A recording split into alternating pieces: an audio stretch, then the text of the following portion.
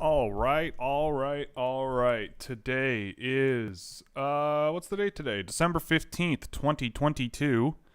How are we all feeling? I imagine we're doing okay. Right now in Toronto, Canada, it's my watch says it's 2 degrees, but I disagree. It has been raining cats and dogs and pigs and every other animal you can think of out there all day, and it's been mildly unpleasant. I will not lie. But I'm here. I'm live on the internet with all of you, and that's a wonderful way to end the day. I hope you're all doing extremely well. I hope you're all still in possession of your Twitter accounts, because there's more and more reasons to leave that place every single day. So, anyway, enjoy the ride, I guess, while we're here. Anyway, thank you for joining me for the 4th installment of Scouching Live for the 2022-2023 hockey season. Today, we're going to go through whatever questions you have, but the tracked players I have from this week, there's quite a few. So we'll start at the top. I looked at Marius Kring Anderson, who's a Danish defenseman playing at the under-20s right now. Kerry Terrence of the Erie Otters, put him on the list, pulled him off my watch list, put him on the ranking. Cooper Foster, same thing. Colson Petrie is on my watch list. He stayed there. Owen Outwater was on my watch list. I pulled him off. I moved Braden Yeager down. He's moved down more recently. Danny Nelson, pulled him off the list. Kasper Haltonen, moved him down a few more spots. Gavin Brindley moved him down a couple of spots.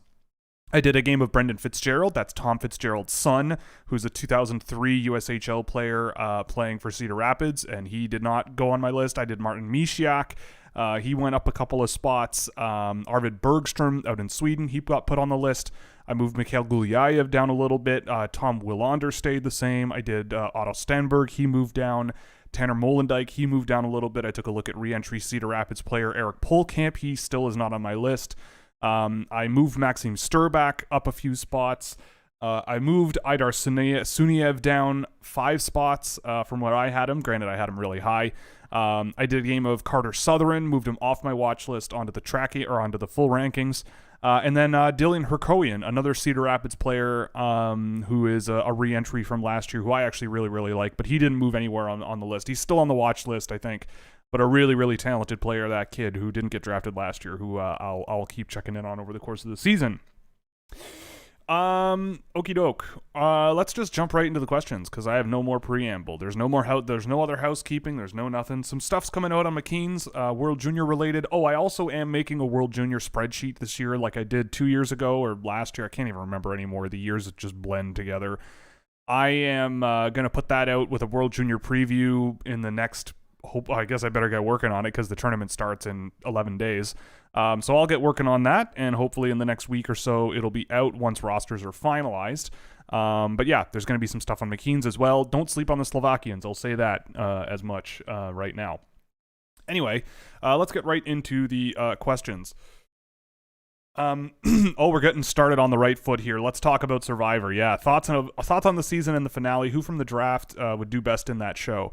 So we'll start with the first part. I'm blown away. A lot of people are complaining about the season and the editing and blah blah blah blah blah. But I don't know. I thought the group of people that were there, they interacted really well. The strategy was really cutthroat. There was a lot to like. The personalities were amazing. There were some real all-time great, personality contestants there. The winner, I won't spoil it for anyone, but the winner just blew my mind. It's funny how in the final at Survivor, I've watched for about 10 years now, and it's funny how in the finales you can tell that there's archetypes of types of players that come in, right? There's ones that think they're going to win and try to convince everyone that they should win. There's people who maybe think they should win, but also know that their resume is a lot more reserved and a little bit off the board, and they really sort of illustrate why they should win at the end. And then there's often some people who are just there, but they try to spin it as like they're there for a reason, even though it doesn't seem apparent right away. And the winner last night and the winner, I'd say last season, both did the same things of convincing them or basically laying out the case that they should win in a way that you don't really expect. And I really, really liked that about the last 2 seasons and how the winners have done that. It wasn't just sort of, I dominated and I'm going to show you how I dominated. It seems like juries are a lot more cognizant of, well, yeah, but it's a group thing here. And social bonds can really sort of catch up at the end, right? Like if you have good social relationships. But yeah, I thought it was really, really good. It was a good season. Better. I mean, the last 2 seasons have been a lot better than the previous one since the pandemic started. But yeah, it was a lot of fun. Who from the draft in the top 10 would do best on the show? I mean, I get the feeling like Leo Carlson would help until the merge and then get voted out because he's big and strong. Probably the same thing for Adam Fantilli. I don't know. I mean, I feel it's tough to estimate, but I mean, you always want sort of the understated one, the ones that would fly under the radar and go underrated or dismissed. So maybe like an Andrew Crystal would go in there. Maybe that would be fun. Would you consider picking Andrew? I thought there was more to that question, but anyway, would you consider picking Andrew Strathman and David Reinbacher in the late first round? Strathman, no. I think it's not out of the realm of possibility that Strathman could be a first rounder, which might be a bit of a hot take, but that's only because the way his brain is wired to play is like, I am Cale Makar. This is how this is going to work. I am Cale Makar. But he's not Cale Makar. He is very, very far from it. So if you draft him, like, you don't draft Andrew Strathman to be like, okay, you're playing too insane, we need to ramp you back, because you're not going to get a very good player, I don't think. I think what you need to do is get him with a development coach and just go, okay, we're going to make you a tremendously good skater over the next 5 years, and we're going to have the skill to go along with it, because that's the only way it's going to work to play the way he wants to play. Reinbacher, I mean, I think if you're optimistic, I mean, Reinbacher's not that far out of my first round, and he's in a tier that stretches into my first round, so I don't think it's too crazy to suggest that. He needs to get stronger. That's the biggest thing, is just get to the gym. If he can put weight on and get stronger to play his style, he should be able to be fine. His shot's already pretty good, but putting a little bit more heft behind that shot, a little bit more power, could make it really dangerous as well. And I think that the physical tools he's got will only get better the stronger he gets. So if you really believe in your ability to put mass on him, I think there's going to be a perfect opportunity for him in the first round. I mean, would I rather him or like Samuel Honzek or Matthew Wood? Like, who interviews better? And yeah, I might lean Reinbacher a little more, especially if there's an optimistic group around me that thinks that you can make him stronger. Should probably start with a World Juniors roster rundown. Okay, so let's do this then. I'll present the working version of this. Let me just pull it up outside so you don't see all of my secret projects. Here, this one. Okay, so this is as far as I've gotten it so far. I mean, Canada, I think, could have brought a better team, but, you know, I'm really surprised Matthew Savoy just did not get an invite at all. Especially when you look at the fact, I mean, you know, but look, it's not new that Hockey Canada looks at these rosters and goes, these players are going to play this role, like this traditional hockey role. These players are going to play this traditional hockey role, and the skill offensive guys are just dumped at the top of the lineup going crazy. I mean, their defense, I think, will be physical. Again, every single year, it's the same story with Canada. Stay out of the box, get some saves. If they can do that, they'll go deep.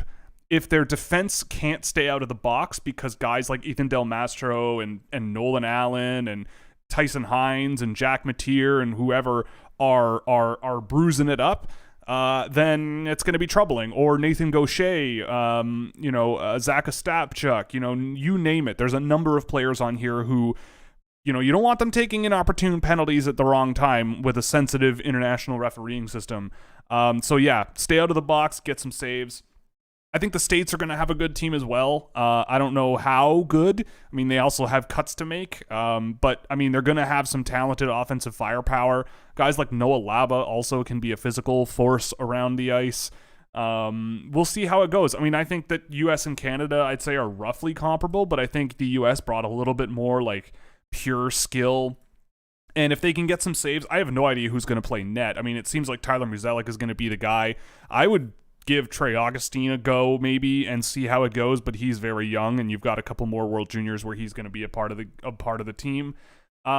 Sweden, I think Sweden has a really, really competitive team. I think I have them as a silver medalist in my McKeen's preview or something like that. I could be wrong. Just a really, really good team all around. Like you look and they have tons and tons of really fun players. Carlson, Liesel, Biested, Rosén, Ostlund, Simon Robertson, I'm hoping can have a good tournament. Ogren, Wagner, I think is an interesting one. Jakob Norien on defense. On defense is a lot of fun. William Stromgren's always a big, skilled, fun guy. Kaliodelius on defense as well is a good ad. If Carl Lindbaum can sort of stand on his head like he's been doing in the Allsvenskan this year, I think Sweden could go deep as well. Finland and Slovakia, I think, are on about a similar tier. I mean, Finland, I think, has a little more depth to them. But, I mean, I look at Slovakia's firepower and go, yeah, don't sleep on him. You got Sam Honzek having a tremendous season. Alex Siernik having a great Hockey Allsvenskan time. He hasn't been producing, but I've watched a few of those games, and he's looked great. Philip Mishar, I think his production sort of undervalues just how good he's been with Kitchener.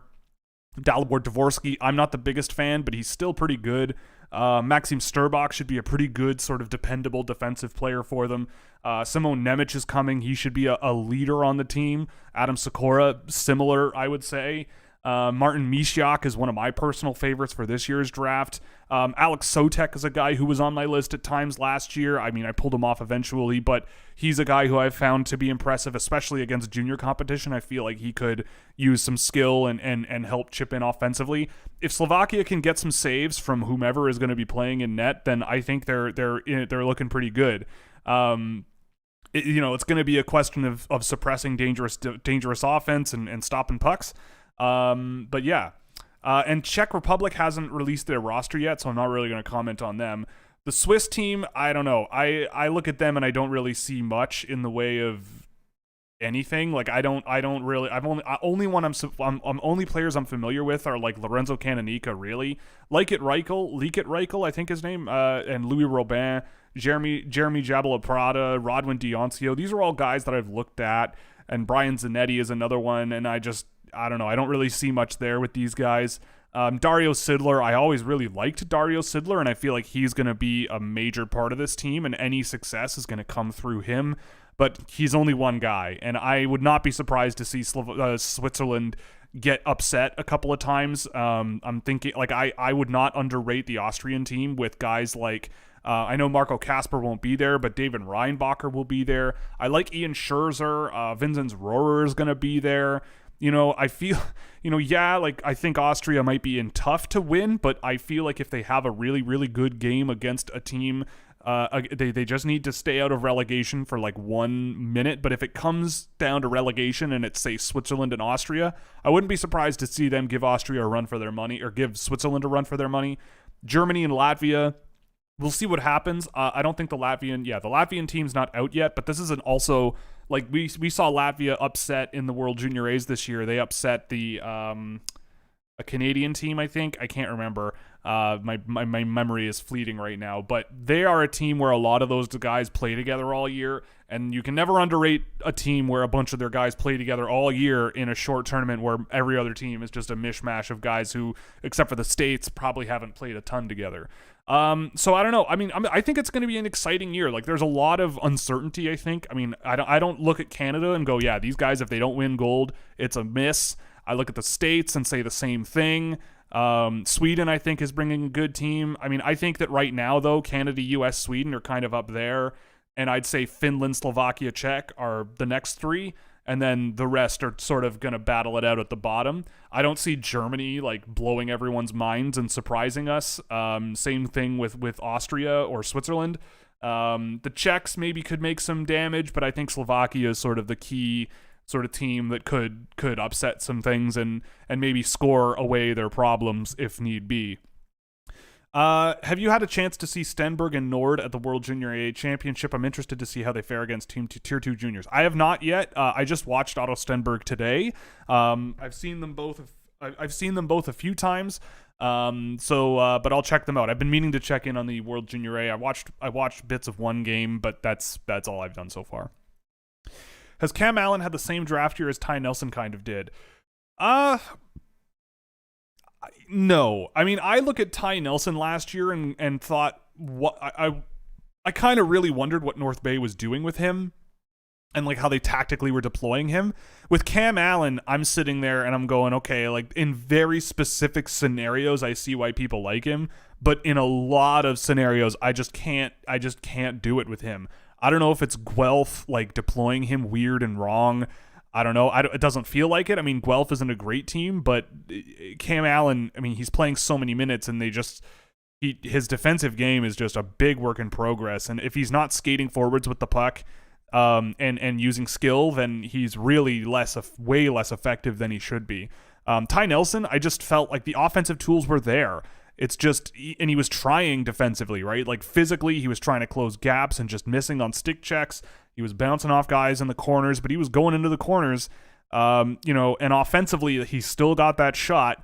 And with Cam Allen, I mean, he's a decent shooter, a good shooter, I would say, but I don't know. I don't know. I guess what I'm saying is I don't really have the same feelings. I don't really have the same feelings watching Cam Allen that I did watching Ty Nelson last year.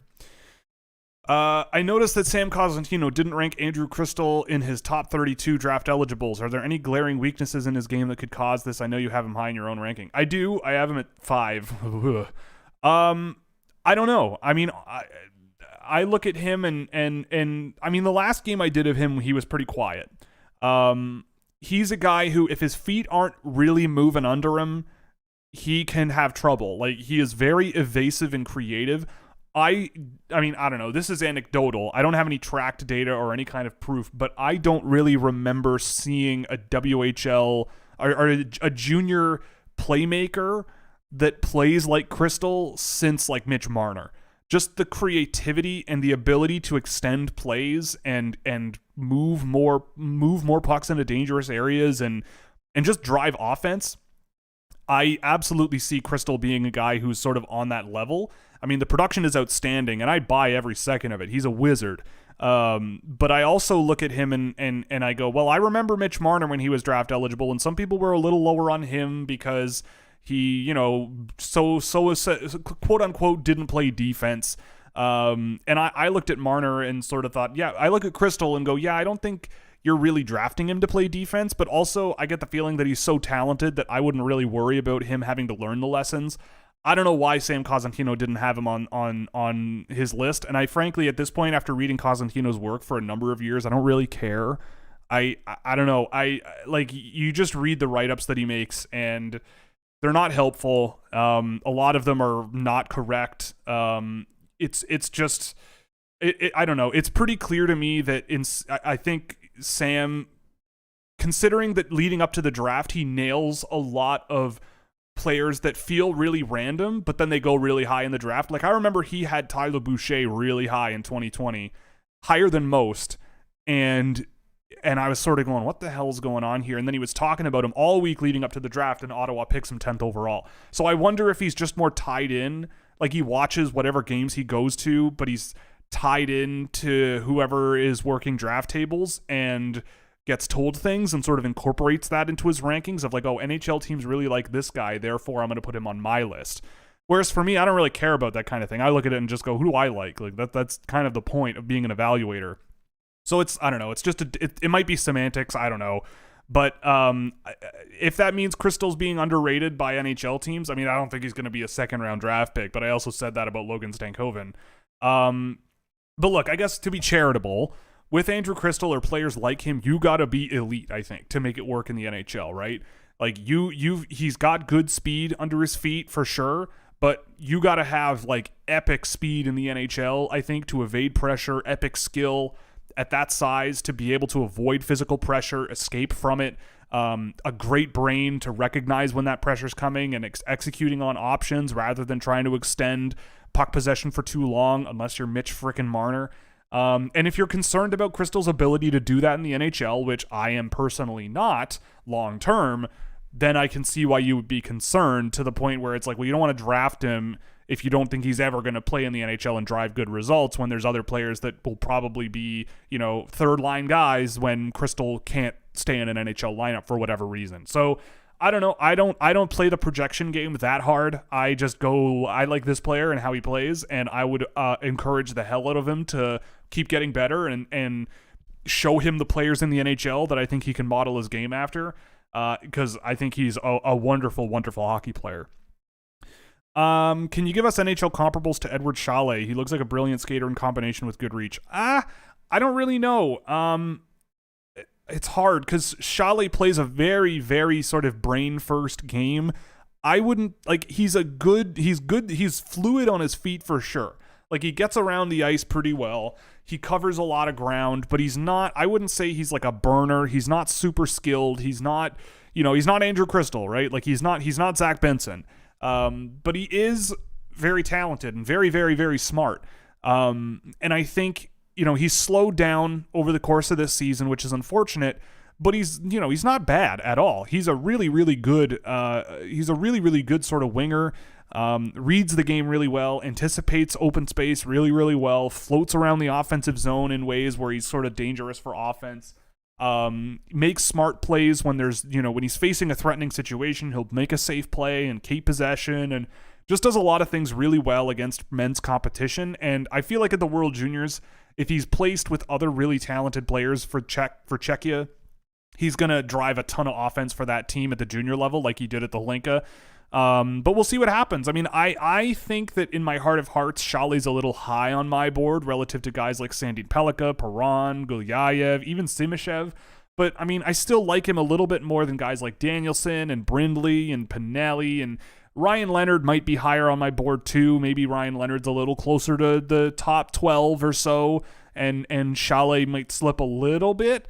But we're kind of splitting hairs at that point, in my view. So we'll see what happens with him at the World Juniors. I think it'll be a nice breath of fresh air for him to sort of play against a lower level of competition, play some major minutes, and drive some offense, because it started out really well for him, and he's kind of slowed down as everyone else sort of maybe gets into game shape, while he had a couple of preseason tournaments to play. But yeah, I mean, I really, really like how Edward Chalet plays, and I came into the season a little more skeptical on him than some, but I think it's reasonable to say top 15 easy for him. And I don't know. I'm very, very interested to see how he plays this year. Any high schoolers that caught your interest so far?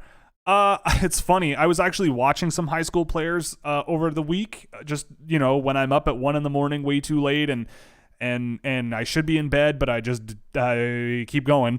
And no, the only I've been, I mean, there's not very many high schoolers in Minnesota that have really caught my eye. And I watched quite a few this week, but there is a prep school kid who I really have liked. What's his name? Larry Keenan. Of Culver Military Academy in the States, the team that Timofey Spitzerov came from. There's a couple of NHLers that came from that school as well.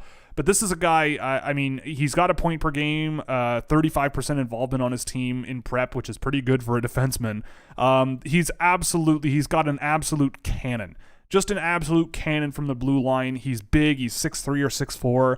I would really, really love to see where his game goes. I would stash him in college a couple of years, but really sort of work on his footwork and his skill level, because he wants to be a puck carrier a lot of the time, and it works for him at Culver at prep school, but I don't think it's good enough to really project to the next level super well right now. But he's also very tall and very raw, and I feel like with the shot quality that he's got, a little bit more development with his feet and his footwork and his skill level, I think you're going to have a really, really good 200-foot defenseman there who can absolutely crank shots. I mean, he's just a really, really impressive shooter, which is why he has a lot of goals this year and not a whole lot of assists. A lot of defensemen who score a lot of points and have a lot of assists that often comes off point shot rebounds or something, or deflections. He's just putting them right in the net himself. So really, really curious about him. But other than that, no, nobody. I saw the rosters for the CHL Top Prospects game. Where is it this year? It's in Vancouver, I believe. Oh, that skipped way forward.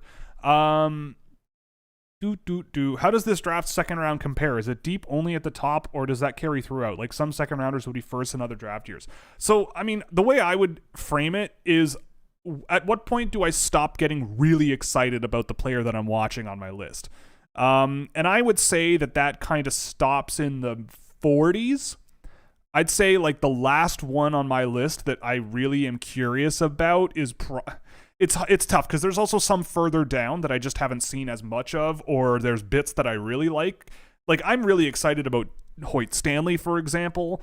Ignat Litfulin playing in Russia, really like him, but they're top end of the second round for me. But like Callan Lind is ranked ahead of them, or Grayson Sachin, and I think those guys will just be fine players at the next level. Like, they'll have a role and they'll do fine, and if you can get them in the sort of second or third round, then you've done pretty well. But then there's like full send picks, like I said, like Litfulin or Hoyt Stanley. Matthew Soto's another one. Gennady Chali is another one. I really like Felix Nilsson playing in Sweden, but I'd say he's genuinely exciting, and that's 50th. So I'd say like my top 50 or so, 45 to 50, rock solid, are guys who like I am pretty excited to watch them, or they bring some really good traits in certain areas. I don't remember feeling that way last year.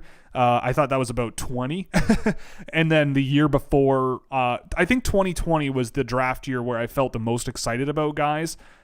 This one, though, is really close. I mean, but I don't know. I feel like this year there's a lot of really good sort of supplementary talent, like Charlie Stramel. I don't think he's going to be a top 6 forward, but a good sort of power middle 6 guy with a bit of skill. He can hit. Just a nice plug and play guy that's not going to, sell 100 bazillion tickets, but he'll be fine. Daniil Boot. There's flaws in his game. There's big flaws in his game, but that guy in a couple of years could be one heck of a goal scorer. And that would be pretty cool. But, there are flaws in his game. Am I always super excited to watch him play every single minute he plays? No. But there are moments of that, and he's in my early second round, and yeah, like there's things I think that could really bring him some success in the NHL. But yeah, I mean, I'd say that I mean, again, it's the same thing every year, right? This happened last year, right? Lane Hudson was then at the end of the second round. Gleb Trikazov, end of the second round. Sheamus Casey, middle of the second round.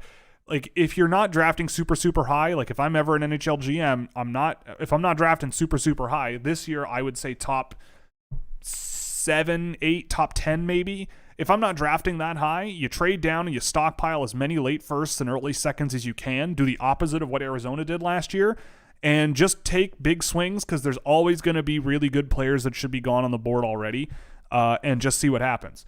But yeah, I think this year's draft, though, I think there's going to be a lot more fun to be had in these sort of first few rounds.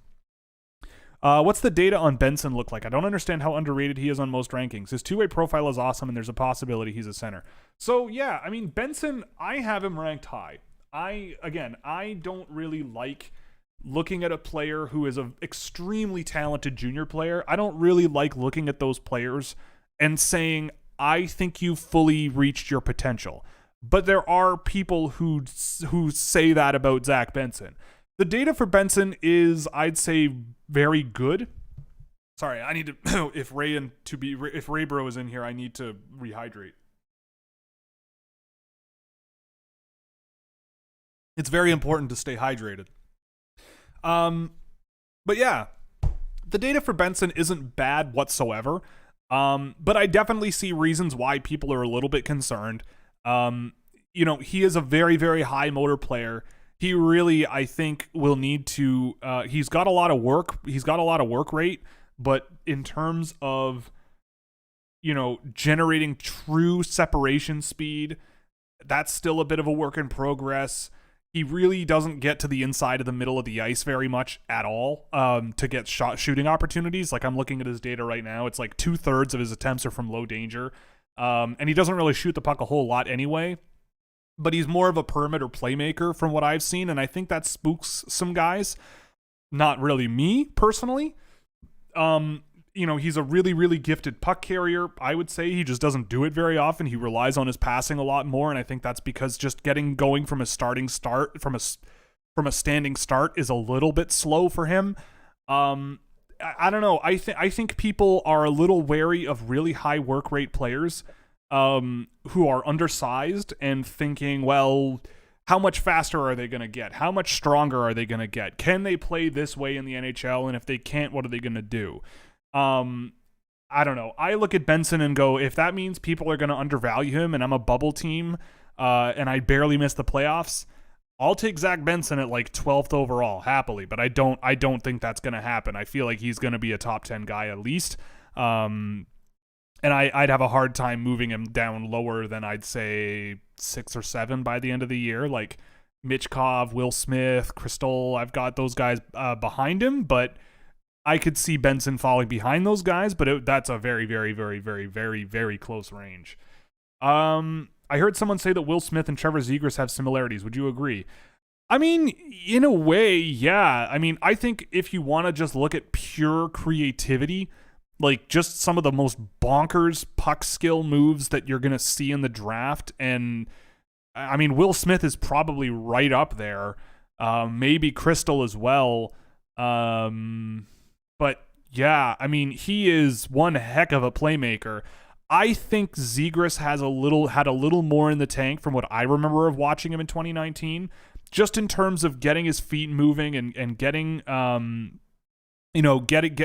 like just in terms of applying himself defensively. Like he seems to be a player who is very sort of points hungry, and that's not a bad thing. But to me, it's like I don't really like centers that play that way. Like I watch Will Smith and I'm going, I don't really see much defensive involvement like at all.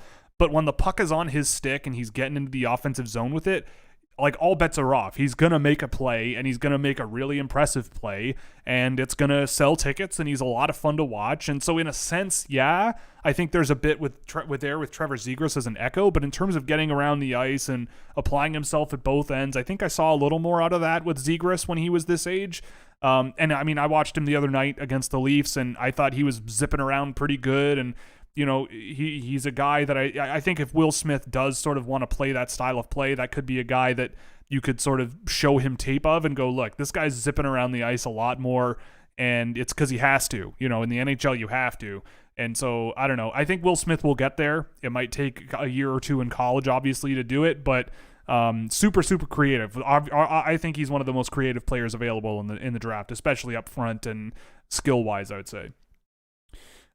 Drake, hello. Which NHL affiliated defensemen have the highest potential in your opinion, or a potential to be a number one defenseman? I mean, Luke Hughes has come along quite well. Number one defensemen are tough. Because also in 2021 last year, there weren't a ton, I would say, are like number one potential. Number one guy, like they're so rare. Let me think. 2020. This is something I should know off the top of my head, but I don't. I mean, I think Sanderson could play top pair minutes for Ottawa. Like, I don't see why he can't. Could you at some point shovel 20 minutes a night to Caden Gooley? Probably, I would say, if you want a defensive guy to play defense. Like, yeah, you could do that. Let me think as well. What about 2019? It's also tough because these guys also take a long time to develop defensively. Bowen Byram and Moritz Seider, I would say, could also be up there, unless you're talking about recent draft picks, of which, I mean, I don't know. The last couple of years in defensive draft, in defense has not been great. Could Kevin Korchinski play top pair minutes and run a top power play? Sure, with the right partner, I think it's possible. Yeah, I mean, 2021, I mean, I'd throw Luke Hughes in there, but maybe that might be it, honestly. Do you think there's a chance that Crystal could be drafted before Benson? Yes, I do think so.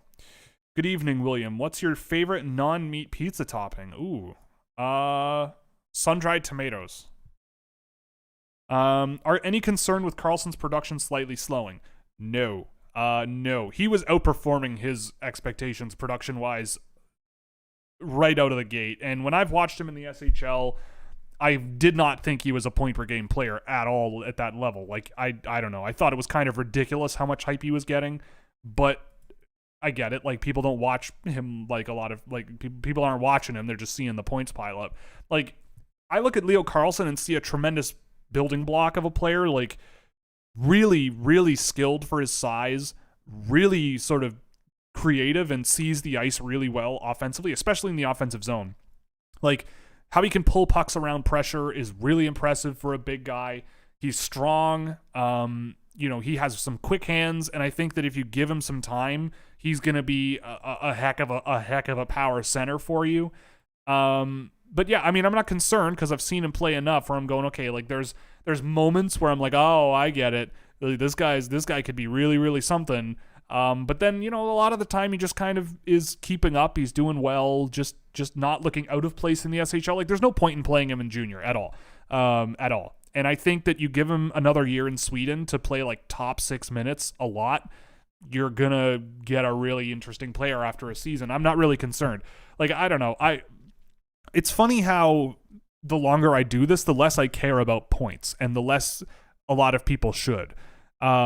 Especially, like, that goes triple for guys in men's leagues. Like, it is so hard for a junior player to produce against men, especially in Sweden, which is actually a pretty good pro league over in Europe. And I don't know, I'm not super concerned about it, and I don't think you should either. But I mean, I would just say, like, I expect Leo Carlson to be a very, very good second line center on a really good team. Like, I don't know, he kind of reminds me of a playmaker's version of like Matt Sundin, just that kind of a brand of player.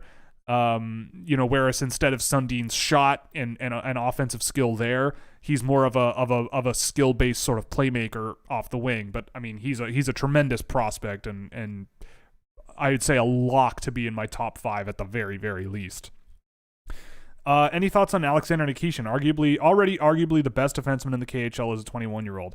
Think it'll be translatable to the NHL when he possibly comes over in 3 years. So yeah, I like Nikishin, but saying he's the best defenseman in the KHL is not saying that much. Like, the KHL is fantasy world. It is whose line is it anyway? Like, the points are made up and nothing matters, right? Like, it is a strange place to play hockey. I think he is probably, although I will say he is probably one of the better defensemen in that league, but I don't think he's this like unbelievable, like epic top pair prospect guy all of a sudden. I think he's just playing on a very, very talented team and playing a lot of minutes and doing what needs to be done to sort of generate production. Like, he's got a decent shot from the point, which is where a lot of his points are coming from. And I don't know. I don't really think that he's going to be clapping 25 goals a year in the NHL. He can get around really well. He's physical. Like, I could see him being a Artem Zub type guy, right? Dependable defensive player with enough skill and enough sort of moves in his toolbox to make it work and generate some production. But I don't know. I don't expect Alexander Nikishin to be Sergei Zubov, like 2.0 Hall of Fame kind of thing. But a perfectly adequate NHL defenseman, yeah, sure, I could see that.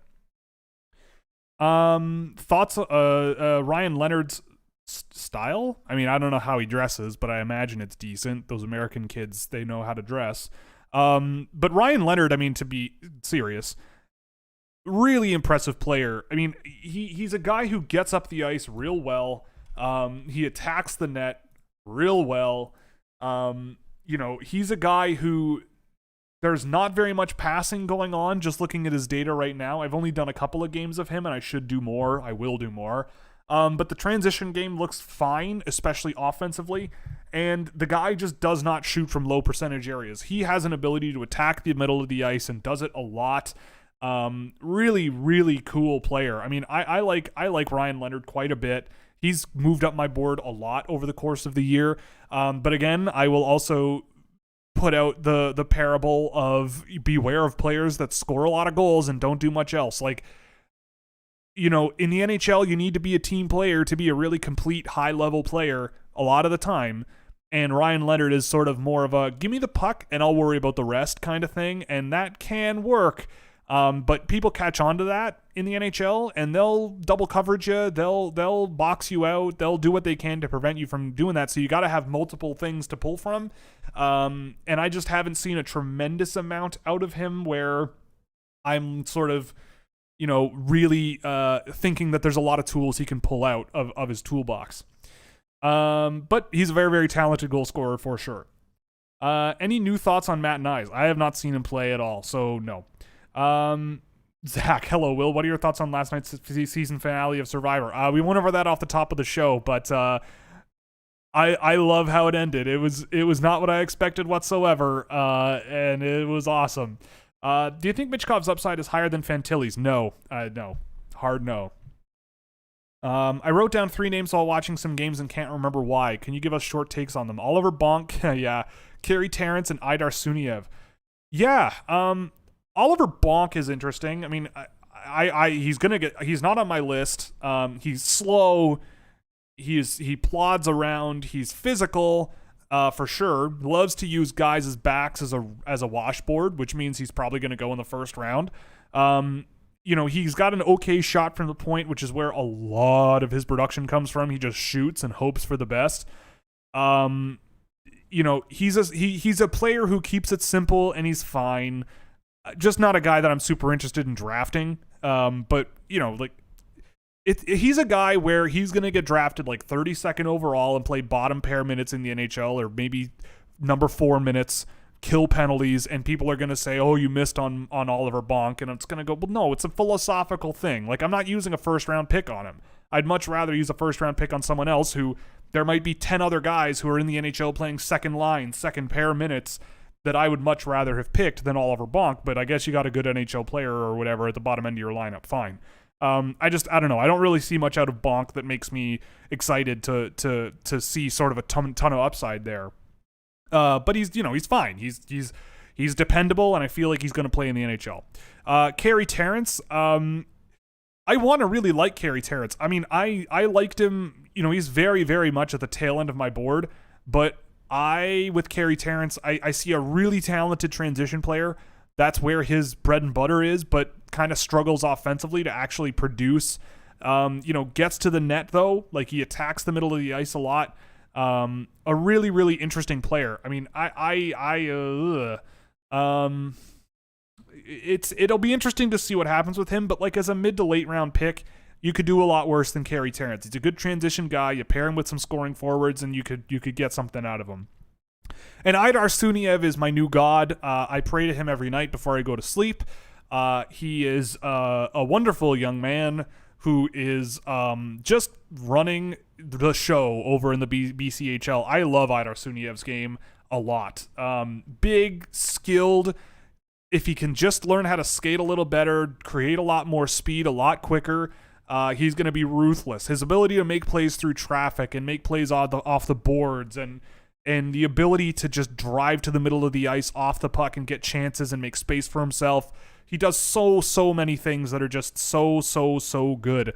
And I don't know. Everyone's looking at Bradley Nadeau, but Idar Suniev has worse line mates, and he is looking good. He's producing right up there with Nadeau, and I have them ranked really close to each other. Do you think Michkov falls due to his contract situation? Also, rightly or wrongly, the fact that he's Russian. Okay. I feel like I'm going to have to answer this every single stream. With Michkov's contract situation, his contract goes for about as long as any NHL prospect generally takes before getting to the NHL. Like, look at what happens when you take NHL prospects that are just drafted or even a year later and stuff them in the NHL these days. The NHL is so much better than it was 5-6 years ago, 7 years ago. Like, it's the offensive talent and the skill and all positions. The talent that's now playing every night is bananas. And I don't know. I look at Michkov and go, I'm not concerned. Like, again, think back. Has there ever been any NHL draft pick that is Russian that does not show up ever in the last 20 years? I don't think so. Not one that's really worth bringing over. Kirill Kaprizov took a long time, but he's here and he's fabulous. Took 7 years, but that's okay. I don't think Minnesota really minds now. But other than that, people were not complaining. I shouldn't say that. And again, this isn't about you and your question. It's just this happened. This has been asked every single show. I think I look at it and go, look, people said the exact same thing about Vasily Podkolzin. When is he going to come over? Is he going to drop because his contract runs for 2 more years? I'm sitting there going, if he was an OHLer, he'd be in the OHL 2 more years. So why is no one concerned about that? Like, I don't know. He's going to be fine. And especially Russians, like, you get their rights indefinitely. So I don't think, in my view, Michkov drops because of his contract. In my view, Michkov drops because other players are better. And the fact that he's Russian, it didn't affect it last year. It didn't. A lot of Russians got drafted last year, and some were drafted really high. So I don't think that's really a concern. I also, again, it's a personal belief. I would not treat any Russian player differently just because of the actions of their government. I don't think that's right. I don't think that's right at all. And I think that what I would try to do is encourage them to get out of there, because I don't know, like their daily life over time might be significantly impacted over the long term, and I feel like things might be a little better elsewhere. But again, that's just my personal belief. But I don't know. I treat Michkov just like if he were Andrew Crystal or Edward Chalet or Mikhail Gulyayev or Axel Sandin-Pellikka. It doesn't matter. I just evaluate the player. The rest, it's up to the team to figure it out. It's up to the team to weigh the pros and cons of various social factors, for sure. I know where I stand on them, but, scouting and drafting and development and everything, it's a team thing. Also, okay, Zach, what's up? Who are you most excited to watch at the World Junior, and who will everyone overrate after the tournament? Oh, God. I don't like speculating about who's going to be overrated. I don't like speculating about who's going to be overrated. But let me think. I mean, I don't know. It's funny. I mean, I look at the Canada team, I don't know. There's nobody draft eligible that's going to be overrated after, because it's hard to overrate Adam Fantilli and Connor Bedard. I mean, I think people might get a little bit. I mean, I like Ethan Del Mastro quite a bit, and I think he's going to play a lot of minutes for Canada as a sort of defensive leaning guy, and I feel like people will fall in love with him, and that might be a bit silly. Maybe the same thing with Nolan Allen. I don't think either of those guys are enormously high potential NHL players, but at this tournament they should play quite well.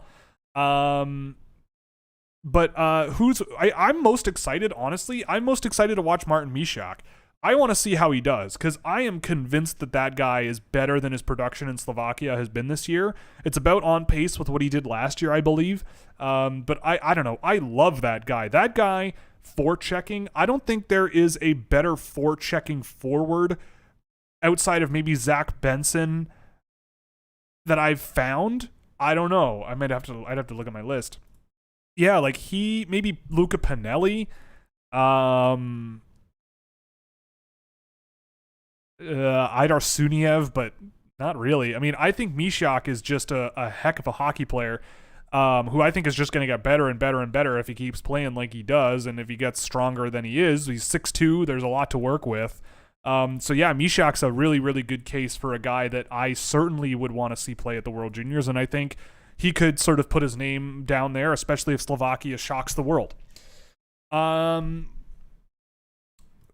Okay, oh my goodness, William, that's me. What is your least favorite famous band? Great question.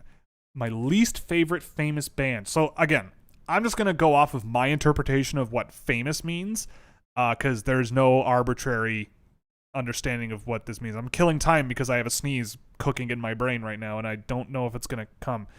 Here it comes.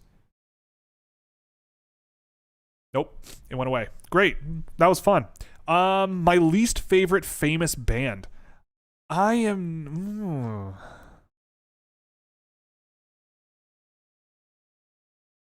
See, it's hard because I'm thinking of all these bands and I'm like, no, they're really good. I like them.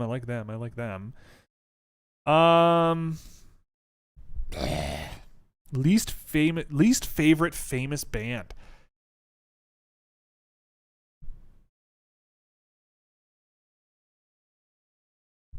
I hate myself that I'm about to say this, but man, I don't know.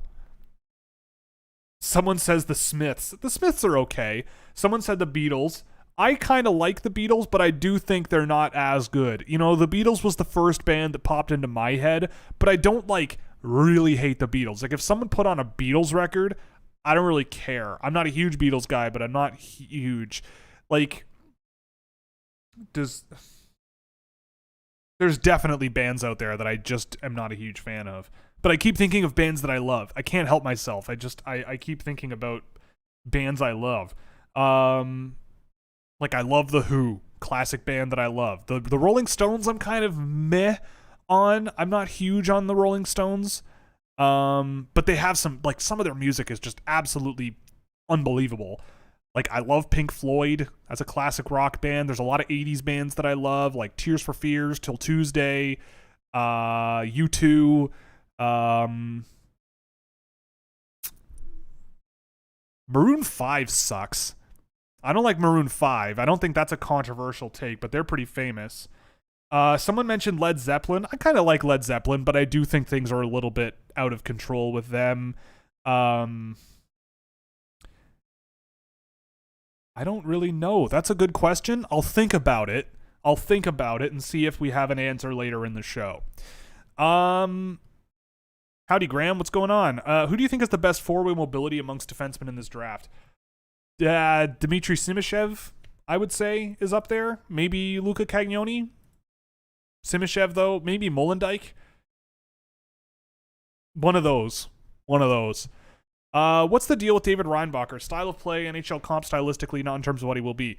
David Reinbacher is physical. He's got a pretty decent shot from the point. Pretty smart puck mover as well. Just knows how to make plays. He's physical, but he needs to be stronger. Like, he loses a lot of board battles right now, but, he just needs to fill out and get stronger without losing a lot of speed in his game. I'm trying to think of an NHL comp. Like, I think someone asked me this like 2 weeks ago or something, or 3 weeks ago, and a Colton Parayko popped into my head. Like, a guy who can make a play offensively once in a while, but a big, rangy, physical dude who can make a play offensively. Something like that, kind of, maybe. And I could see that out of Reinbacher. Thoughts on R coding? I dabbled in R for a little bit. I think it's a great way to learn data science in coding. But I always ended up going to Python. Like, the Python learning curve, I think, is a lot steeper, and I'm still really bad at it. Like, I admit I don't really know what I'm doing. Like, I know how to work with data frames and how to run analysis and all those sort of basic things, but I do not have a ton of coding tools. But I always go back to Python because I prefer, I don't like the way I always see it is I tell myself, yeah, I'm going to learn how to use R because it's easier. And then I get into using R, and then I'm like, well, what do I want to do if I want to do this? And the answers are usually, well, Python's probably a better answer for that, or Python's a little more straightforward if you want to do that. And so I always just go, well, I'd rather use the more powerful tool and just deal with how hard it is to sort of really get to know how to use it in and out. So one baby step at a time, and I'm getting there with Python, literally baby steps, because I don't only have so much time to practice coding and stuff. But R is good if you just want to do simple sort of data manipulation and visualization and stuff. It's fine. Like, it's a good thing to learn. I obviously couldn't probably do it for you right now if you asked me to. It's been years since I've used R, but when I started dabbling with coding and stuff, that started sort of happening. I sort of thought of it as a good way to sort of manipulate data, but for other purposes and for, a wider breadth of possibilities, I think Python serves a little bit more of a purpose. Why do you dislike Yeager so much? Because he doesn't do anything outside of shoot the puck good and skate forwards a few strides real fast. I don't know. I watched another Yeager game. I was ready for him to be more exciting and more impressive, and he wasn't. He takes the foot off the gas pedal defensively. He has a great shot. I can't fault him for his shooting. A lot of his production is on the power play, and I can absolutely tell why. Like, pretty much across the board, in the 3 games I've done, his track data is just bad. Like, it's not good. It's not horrible, but it's not great. He's a frustrating player for me. He's just not my type. He's a poor offensive transition quarterback. He carries the puck decently well, but pretty much other than that, it is a big mixed bag. There's just a lot of issues where I'm going, this guy, I'm seeing him ranked in the top 5 everywhere, and I don't want to. I mean, if you want a power play scorer or a guy who will just finish plays for you pretty well, then yeah, go for Braden Yeager, of course. But I'm looking for really complete players that I always want more of in the NHL at that point in the draft. And if I want a pure shooter who might be rough around the edges and have other issues, I will take Yeager closer to the end of the first round, but he won't be there. I just don't think he'll be there. Again, like, so much of this comes down to what are you drafting and what do you think they're going to be? And I'm not going to draft a guy that I'm not over the moon about as like a top 10 pick. Whereas a guy, especially when Yeager might go, say, 7th or 8th, and Andrew Crystal at this rate could be 12th, 13th, something like that. I'm obviously it's December, so those are takes that are going to age poorly 100%. But we'll see what happens. I mean, I'm not, again, you use the word dislike. I just think that the evaluation on him is very much out of whack. And I also watch him and I'm going, well, I don't really know where to, you can use the development argument or, you just teach him this and this and this, and that's whatever, fine. But just looking at how he plays, I think there's a long way to go, personally, especially at 5-on-5. But there's talent. Like, he's got some NHL level qualities, but this is a strong draft class with a lot of guys who I think are just a little bit away from being really impressive possession players in the NHL. Where did you have Matt Boldy ranked in 2019? I don't remember off the top of my head. It was the early teens, I believe, something like that. Why can, Catherine, welcome. Why can NCAA players become free agents after 4 years? Sabres are losing their 2019 first and third round picks and Ryan Johnson and Eric Portillo at the end of the season. Seems like an odd rule. So, it is a bit of a weird loophole. So it could happen, for CHL players, where if, let's say, Connor Bedard gets drafted by the Anaheim Ducks and he's like, I don't want to play for the Ducks. The Ducks could just hold him out and just not sign him for 2 years, and then he would go back into the draft, probably go first overall, and then sign with that team. But he doesn't have to. He could go back again to junior, I think, and play, or he could play in Europe or play on an AHL deal. He's not signed. His rights are owned by an NHL team, but other teams could sign him. And then after that, then I believe he would be a free agent. But that would be a bit of an insane situation. With the NCAA, usually with those players, what happens is they get signed and then loaned back to their junior teams.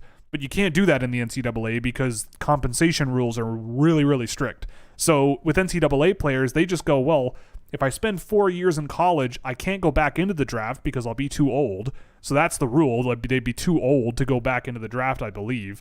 And they can't sign contracts unless they want to leave college. So that's why that's happening.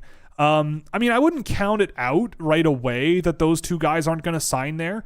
I get the feeling that if I'm the Buffalo Sabres and I've got like Devin Levi on the way, hopefully, and Ukko-Pekka Luukkonen there, like I can see why Eric Portillo might go, I don't know if I want to be in this situation.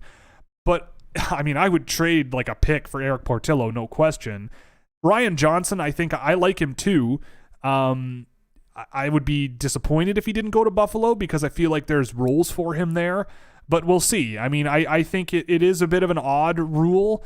But look, this kind of touches on the subject that I like to preach about once every 3 months or so, or 5 months, where I just go, the draft is bad as a practice in the first place because of situations like this. So yeah, not ideal.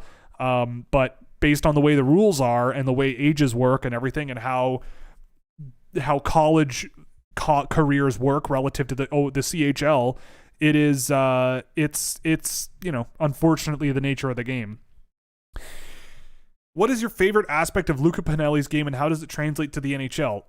Take everything good about Zach Benson and apply it to Luca Pinelli. He's a relentless worker at both ends, just an amazing anticipator of play, tons of offensive zone turnovers when I track him, really involved in play all over the ice, skilled, relentless, just a really, really, really impressive player. And again, it's echoes of Zach Benson, basically. That's the reason why I love him so much. How many guys do you think can make an impact in the NHL this fall? Bedard, Fantilli, and Carlson? I'd say at least Bedard, Fantilli. I wouldn't be surprised if Carlson goes back to Sweden for a year. I probably would do it, but I'd give him a look in camp for sure. But I feel like giving him a year in Sweden to really take games over offensively rather than jumping straight into North American hockey at 18. I feel like if it's me, I would, yeah. I think Carlson might go back to Sweden if it's me, but hard to tell this far in advance. But I feel pretty good about Bedard, Fantilli being in the NHL next year.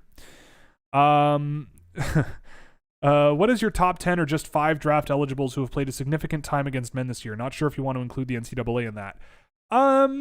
Well, let's do it without NCAA, because those are grown-ups. They're adults, but they're not grown-ups. I'd say so. I mean, just going down my list: Carlson, Michkov, Chalet, Gulyayev, and Simashev, and I feel okay about that. But that's not to devalue. Oh, the next one on my list is Mishiak and then Mukhanov. Okay, yeah, those guys are a bit of a step below. But the rest of them, yeah, I'd say Carlson, Michkov, Chalet, Gulyayev, and Simashev are all really, really good players. What's holding back Jordan Dumais from being a top 6 forward? Dude, I don't know. He's really small. He's not the most agile guy. He's not very quick. He's not the most skilled guy. I feel like Jordan Dumais is gonna not. I don't know. I don't see an NHL player there, and I think that again. I say this again every stream this year. I think Jordan Dumais scoring like he has, and also not making the World Junior team, and Josh Waugh scoring like he did last year and looking pretty pedestrian on the World Junior team. That, to me, it's an indicator that the Quebec League is falling behind. Yes, they won the Memorial Cup last year, but St. John had a month and a half off while the Edmonton Oil Kings and the Seattle Thunderbirds tried to kill each other for a week and a half right before the tournament. I think it's nuts to me that we're debating this so much, when in my view, when I watch a lot of Q guys, there's not a single Quebec player on my list right now. Not a single one. Because I watch Ethan Gauthier and I'm going, I don't really know what he's going to be in the NHL, and this league is not very good. I just don't see it. Yes, Josh Waugh was the most used forward at even strength last year, but I still found him pedestrian. He was the finisher. Josh Waugh finishes, but he's not. I don't think Josh Waugh is phenomenal. I don't know. Jordan Dumais and Zach Bolduc are shooting the lights out in the Quebec League, and they were cut pretty quickly from Canada this year. I don't know. I watched a lot of Jordan Dumais last year. I watch a lot of his production this year. I just think a lot of it is how bad the Quebec League is relative to most other junior leagues. And I think that gap is growing. And in my Substack, which you can subscribe to at scouching.substack.com, the number of Quebec League players that are under, I think it was 25, that are in the NHL and in the top, I think, 50 in scoring, has declined by 50% over the last 10 years or something. The gap is widening and the WHL is taking over. So I don't know. With Jordan Dumais, it's yeah, he could score 170 points this year, and I'd still think, yeah, maybe he'll be a good AHL player. I could see a Trey Fix-Wolansky style good AHL player, right? So I don't know. Maybe I'm wrong. You put Jordan Dumais with some really fast and skilled line mates and give Jordan Dumais the pure finisher's role, sure, fine.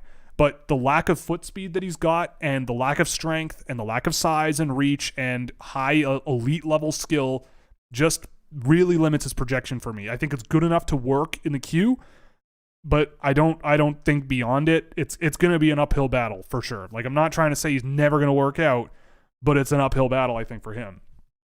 Thoughts on Ryan McAllister? Love him. I'm thrilled with how good he has been in the NCAA this year. I did not expect it, but I loved him last year. I watched him with Brooks last year.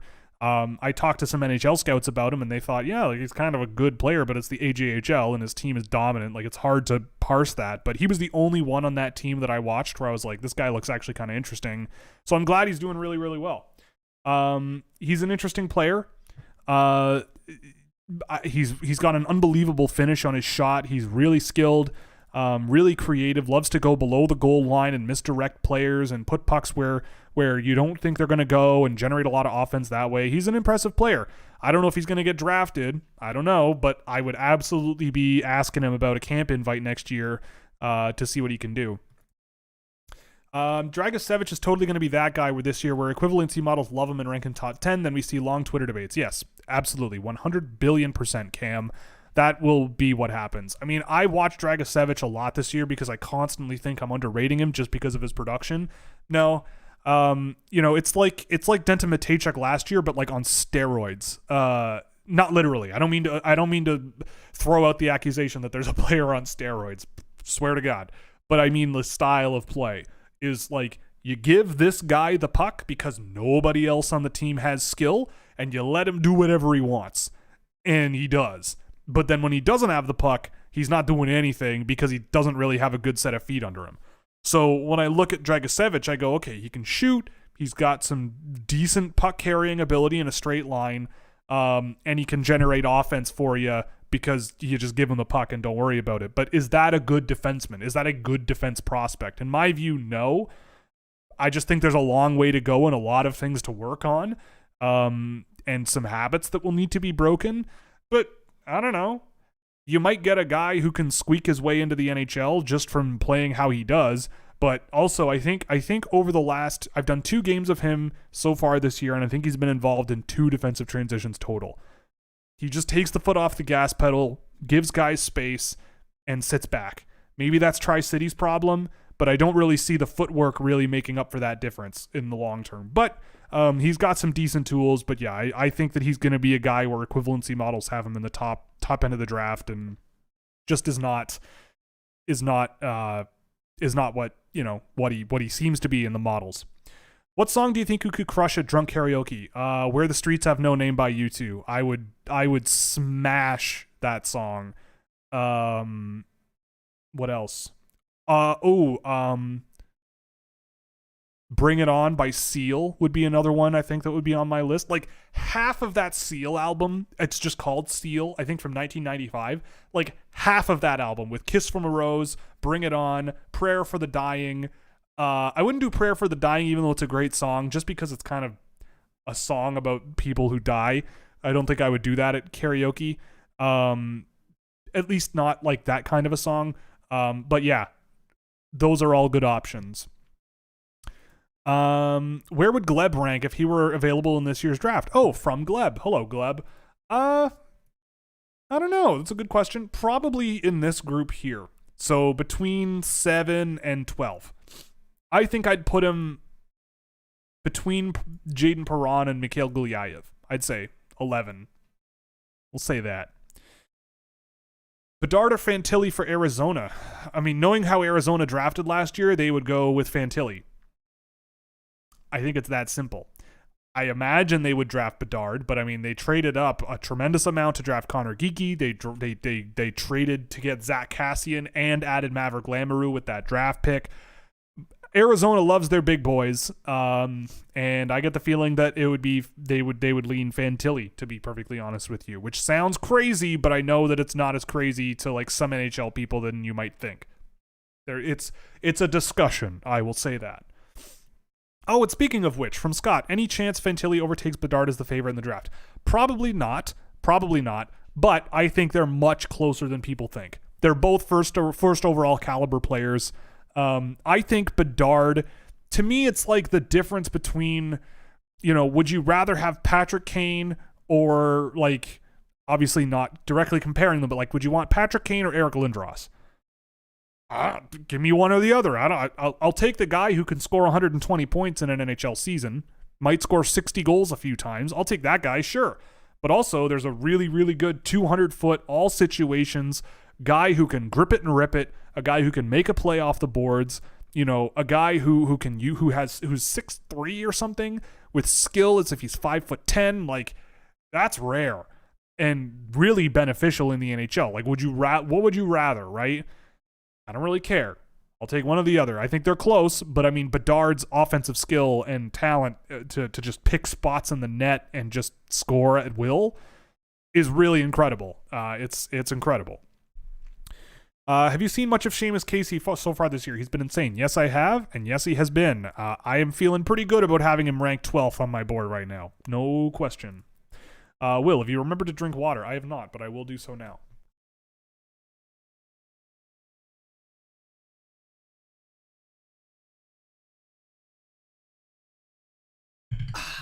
Delicious water.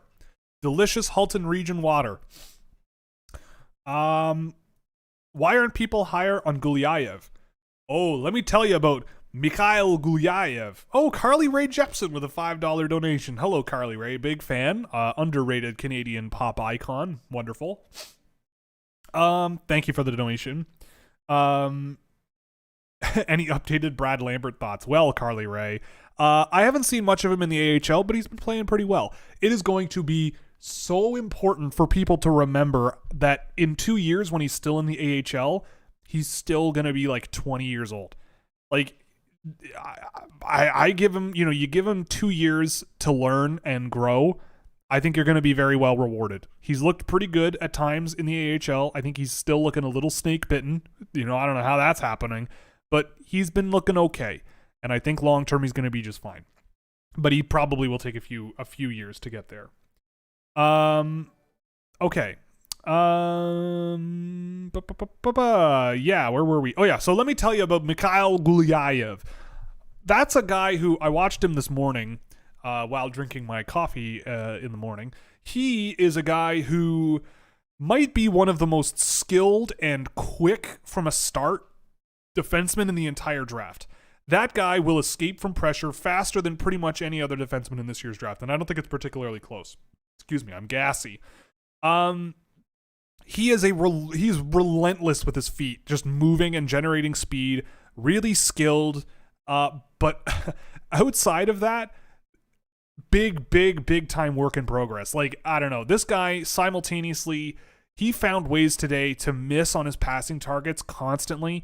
He doesn't really shoulder check nearly enough. He just sort of recognizes whatever option is easiest and executes on it.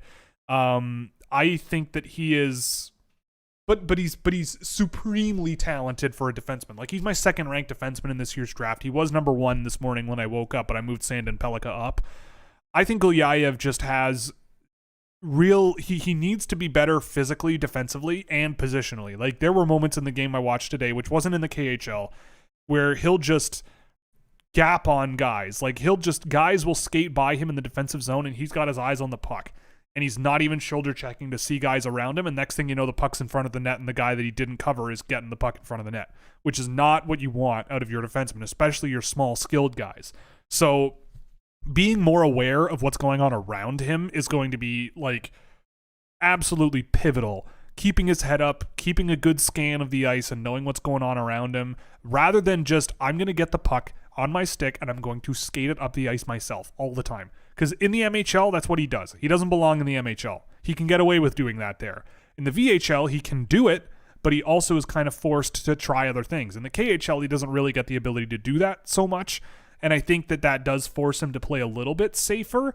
But I really like Gulyayev. I think people are sleeping on him a little bit, mostly because he's a smaller, skilled defenseman who definitely has defensive problems. And I am less concerned about that because I think his footwork can be applied defensively a little bit better, and just more practice and experience and support would help him. But yeah, I can see why people are a little cooler on him, but I think he's one of the more talented defensemen, raw talent defensemen out there in the draft. Could you rank Lucas Raymond, William Eklund, and Leo Carlson? Yeah, sure. I'll go, let's go Raymond. Oh, man. Ooh. I got to think about this. So I had Eklund at 2, and I had Raymond at 4. And Raymond at 4 in 2020, like, my gut at the time wanted Lafreniere. So my gut, I didn't do it at the time because I was a coward. But I mean, you can go back to my Lafreniere video. I raised some concerns with him. In retrospect, I probably would have done Byfield, Raymond, Rossi, probably in retrospect, and then Lafreniere, Stützle, something like that. 2021 was Beniers, Eklund, so I wouldn't mix that up. I wouldn't change that at all. So I've got in my gut, in my heart of hearts, Raymond at 2 in 2020, right? Byfield, Raymond, Rossi, yes. So I had that, and then Beniers, Eklund, so 2-2, and now Carlson at 3. That makes me feel a little better because my initial answer was in that order: Raymond, Eklund, Carlson. But they're all really, really talented. I think Carlson will have an easier time projecting to the NHL than the other two have. But, they're just very different players. Raymond and Eklund are much more similar to each other than Leo Carlson is to the other two. I think Carlson will be more valuable in terms of like he's a center, he's big, he's rangy, he's got some skill. He's at both ends of the ice a lot. Raymond, though, was like unbelievable when I watched him at that age. Like just a remarkably talented player. So it's tough. But we'll go Raymond, Eklund, Carlson. I know it's early, but what 2024 prospects have you liked so far this season? Please take a minute to talk about how good Ivan Demidov is. Ivan Demidov is phenomenal. Top 2024 prospects. Let me just cheat. I'm just going to cheat a little bit. I'm going to do some cheating, as they say in Sweden. And go to next year's draft on elite prospects. Here, 2024. Okay. Right off the bat, Macklin Celebrini, amazing. Ivan Demidov, amazing. I really like Sam Dickinson. I like Cole Eiserman. Tanner Howe is really good. I also have liked, I'm trying to look at other ones.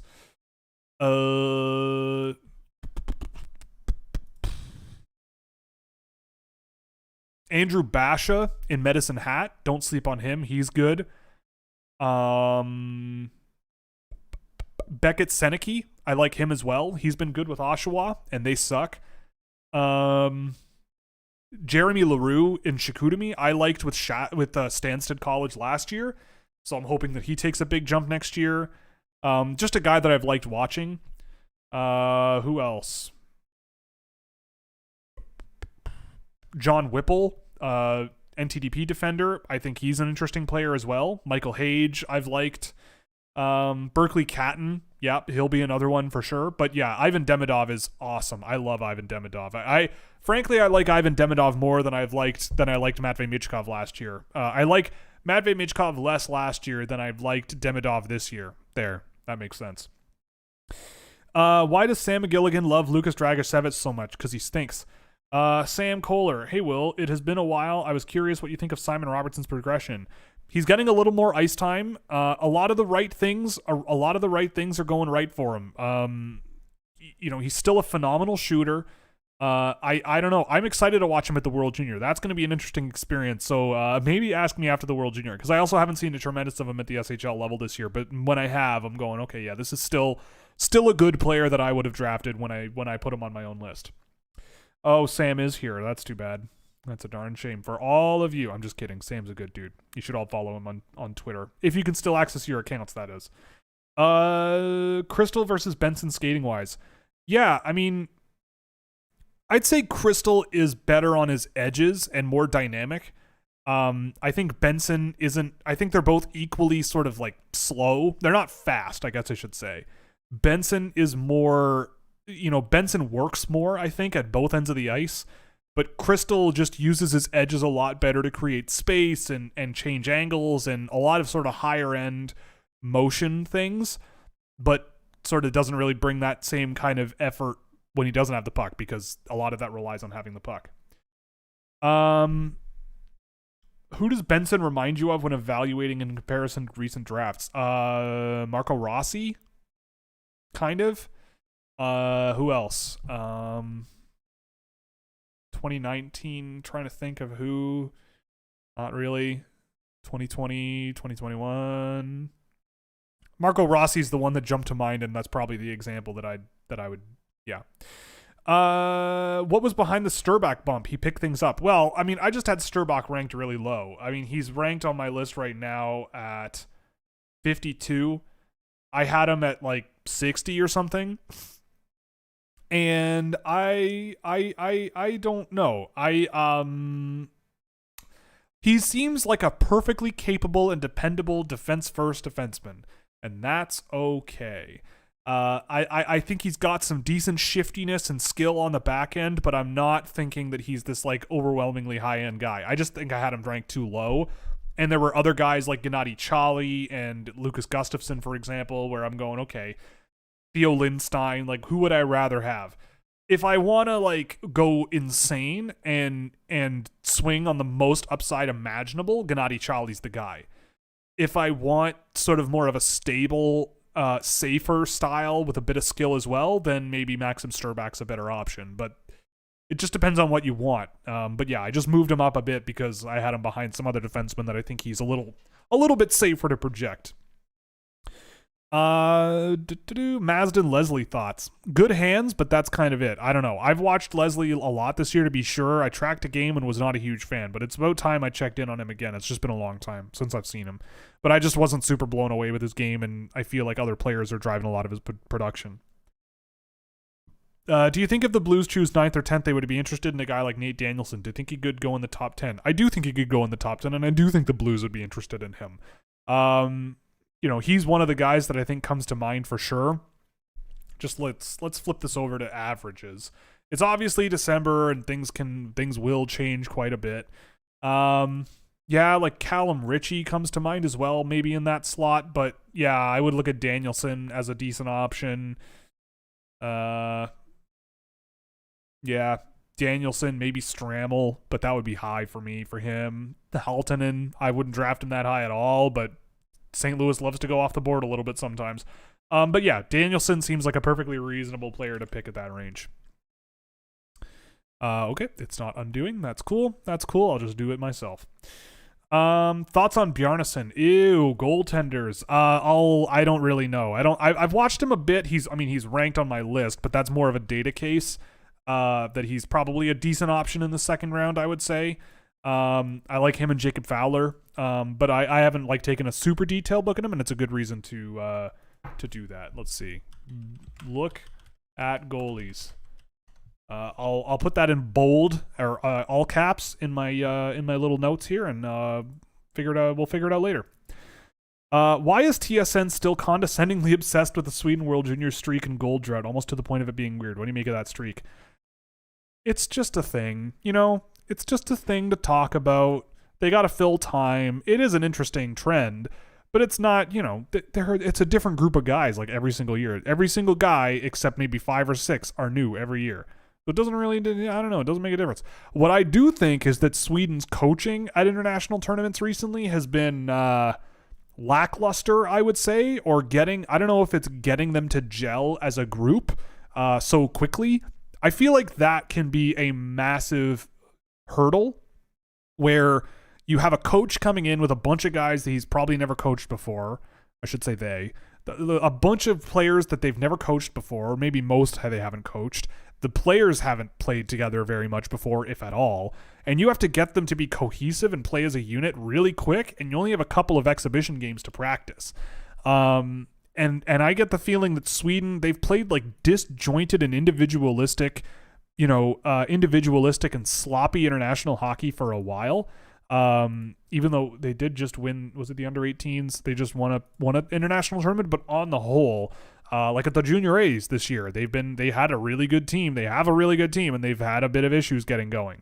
But I don't know. I don't really think too much of it. And if I was a Swedish coach, I would tell them that it's forbidden to talk about it. It doesn't matter, right? The whole thing is, people talk about all these things, but then in reality, it's you're just going to a hockey tournament. What the guys last year did, it doesn't matter. The other teams are all new. 2 years ago, none of these guys were on the team, so who gives a crap? Just go out and play. So yeah, I don't know. I don't know. I've learned to stop complaining about broadcasting a long time ago. I'm now into complaining about in-arena experiences, being someone from Toronto. A friend of mine is actually at the Rangers game right now in New York, and says that their experience has opened his eyes up to how mid the Scotiabank Arena experience is. I was at the shop. I went to the game against Calgary, which was an unbelievable game. The state of real sports apparel in the Air Canada Centre is borderline shameful compared to others that should. For the Toronto Maple, they had an extraordinarily limited selection of reverse retro jerseys, but way more of those Justin Bieber jerseys, probably because those are the ones that aren't selling, but they just had none of the reverse retros out. They only gave you options to buy Mitch Marner, John Tavares, and Austin Matthews jerseys for the reverse retros, and if you bought a blank that night and had them stitch a name on it, they only did those 3 players. So I don't think you could get Nylander. And so I placed my order from my seats. So that was disappointing. But also just the store was like 2/3 like t-shirts that looked like they were straight out of like 2006, you know, and jackets that nobody was touching. Everybody was looking at the apparel, and the apparel was about 10% of the shop. It was bizarre. It was very, very strange. Whereas I remember Seattle, that place was jammed, and every single piece of merch that they had, I wanted. Like, whoever's designing their stuff is amazing, and I would have easily been able to spend $1,000 in that shop when I went to a Kraken game. Thankfully, I didn't.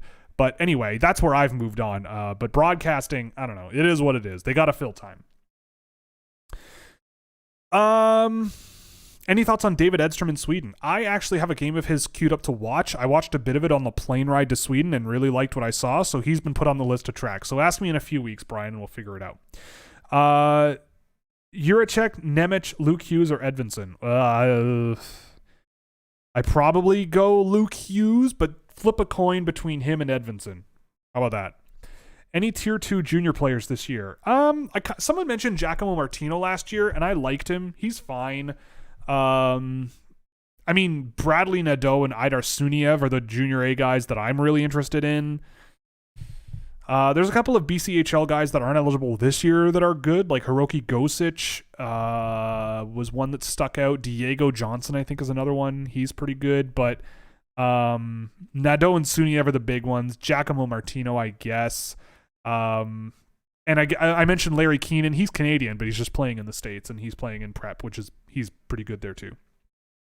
Have you been able to keep tabs on how Gleb has been in his +1? I saw a game today where he was playing and he looked pretty good, but I have not seen a ton of him this year. But, you know, I'm thinking about him in 4 or 5 years anyway. If the Canadians get something between 8 to 12, who do you think they prioritize the most? Ooh, that's a good question. I mean, I am not the Montreal Canadiens, but I lost your question. All right, I lost my place. There it is. I mean, the Canadians have been doing a really good job drafting in general. They draft a lot of everything, really, but they always sort of tend to draft players who present themselves well, rather than like, oh, well, with development, maybe they could be good, especially up top. I mean, well, they did draft Yuri Slafkovsky first overall, but that's neither here nor there. I mean, I don't know. I get the feeling like Montreal fans would love like a Zach Benson if he's available there. Maybe a Nate Danielson. Ryan Leonard would be a lot of fun there, but that gives them a lot of goal scorers, even though he's not going to be on the team for a while. Well, just to keep it simple, if Zach Benson is there, I'd love to see him in a Habs jersey. I think that would be a ton of fun. You room him with Brendan Gallagher forever and just go learn everything you can from this man and do not leave his side. Thank you very much. We'll see you in a while. That's basically what I would do with him. As long as Gallagher is still there and willing to do that, which I imagine he would be, I hope. So we'll say that. That'll be fun. How do Bedard's analytical numbers compare to McDavid in his draft year? So I didn't track McDavid in his draft year, but Bedard is outstanding. There's never been a player that I've ever tracked that looks quite like him in a lot of different ways, which is hilarious. Someone else asked which prospect on my sheet would do the best on Survivor. I said Andrew Crystal. Sort of fly under the radar. No one's really talking about him. Maybe underrates him and underrates certain aspects of his personality. I feel like Leo Carlson and Adam Fantilli would make it to the merge and get voted out extremely quickly. Connor Bedard, I feel like he might play his way out too quick, play a little too hard, and I feel like people would sniff him out too quick. Maybe Will Smith might be good. I feel like Will Smith might be good, but he would stay, you know, if anyone's watching this past season, he might be more of the Alligabler, you know, under the radar for a while, and then he pops his little head out and goes, and then goes back down. You know, it's like if you catch him when he's trying to bite someone, you might be able to get him. But other than that, he's gonna stick around. Viljami Mariala, good or very weak competition? I don't even know where he's playing. Viljami Mariala. Oh, he's playing in Finnish Junior still? Yeah, no, that's weak. Yeah, that's weak. You don't want to be in Finnish Junior hockey when you're 19 as an NHL draft pick, I don't think. Never see anything about Arttu Karki. Good size and insane offensive numbers in Finland. What's his deal? So Finland, you have to be really careful. The Finnish junior league is almost like the MHL. One, the quality of play is pretty not great anyway. And I've been burned liking guys in the Finnish junior league before. I've been burned. But I would say, so with the Finnish junior league though, the teams at the top and the teams at the bottom are enormously different. There's a team at the bottom of the standings that they market themselves as the hockey team closest to Santa Claus. Like they're you know, we're getting weird here in low level Finnish junior hockey. But they also split in half halfway through the year. So the best teams go on and play the best teams. The worst teams go and play the worst teams. I've seen Arttu Karki a few times. I liked him at the U18s last year. But he seems like he's fine. I pulled him off my list because it's like, well, what's he going to do in the NHL? I don't know. Like he's perfectly okay. He makes safe plays, dependable plays. In the offensive zone, he's putting pucks on net and generating offense. I don't know. I'd want to see him in the Liga before I really put him back on my list, or see him at international competitions and play well. Because at times I thought he might be a first round pick, but then I watched him this year and I'm going, I don't know. But yeah, he's a tough cookie to crack, I think. But again, I look at him and I'm going, I don't know, first 3 rounds, there are guys that I'm more excited about that I'll probably get a crack at, and Karki might just be gone by the time I'd be ready to pick him, which is later on in the draft, if at all. F1 question, thoughts on Danny Rick not getting a seat? Yeah, it's sad. I mean, personality wise, it's troubling to lose a personality like that in a sport where personality matters a lot. You know, but I like the idea of a bunch of fresh faces coming into Formula One and changing changing things a little bit. I mean, I don't imagine he'll be out of motorsport for that long. But I mean, look, I'm not going to pretend like I know Daniel Ricciardo personally, but I get the feeling that a year off to just sort of chill and not need to be the Daniel Ricciardo he's been since his career started, I think could be good for him.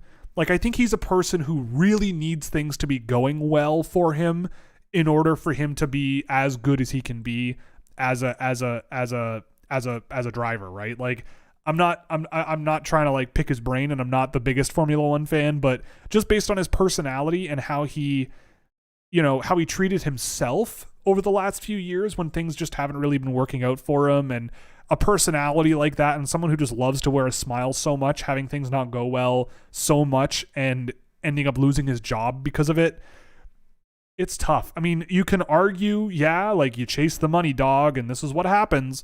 But I mean, most F1 fans, I would say like he was primed to sort of be the number one driver at Aston Martin for a while, or not Aston Martin, at Red Bull for a while, and then Verstappen took over. And Verstappen, you know, how do you compete with him, right? Like look at what he did this past season. He was dominant. And if Daniel Ricciardo is the type of person who's like, I don't really want to be the second guy behind Max Verstappen, I think that's a reasonable thing to say. I think you've got to be a certain type of person to be willing to, like, look what happened between Verstappen and Perez this year. You got to be a certain type of person to be able to handle that job. And I don't know. I mean, and I think it's okay if Ricciardo's like, I'm not that guy, and chased a really big contract with another team to be the guy. And you could make the argument that he pulled the chute on that too quick. I don't know. Yeah, okay. He made a mistake maybe. But it's unfortunate. I don't know. It's sad. But I'm hopeful that next year in Formula One, you know, like there's still good personalities there. Fernando Alonso got a good one. Lewis Hamilton's got a good one. Lando Norris is a fun dude, I guess. We'll see what happens. You never know. There's always going to be drama. It's going to happen regardless. Just, you know, the smile that Danny Ricciardo wears on his face is second to none, and it's going to be sad not having it around. I was in Montreal at the draft at an Irish pub, and I heard a familiar voice, and now I only realized I think it was you.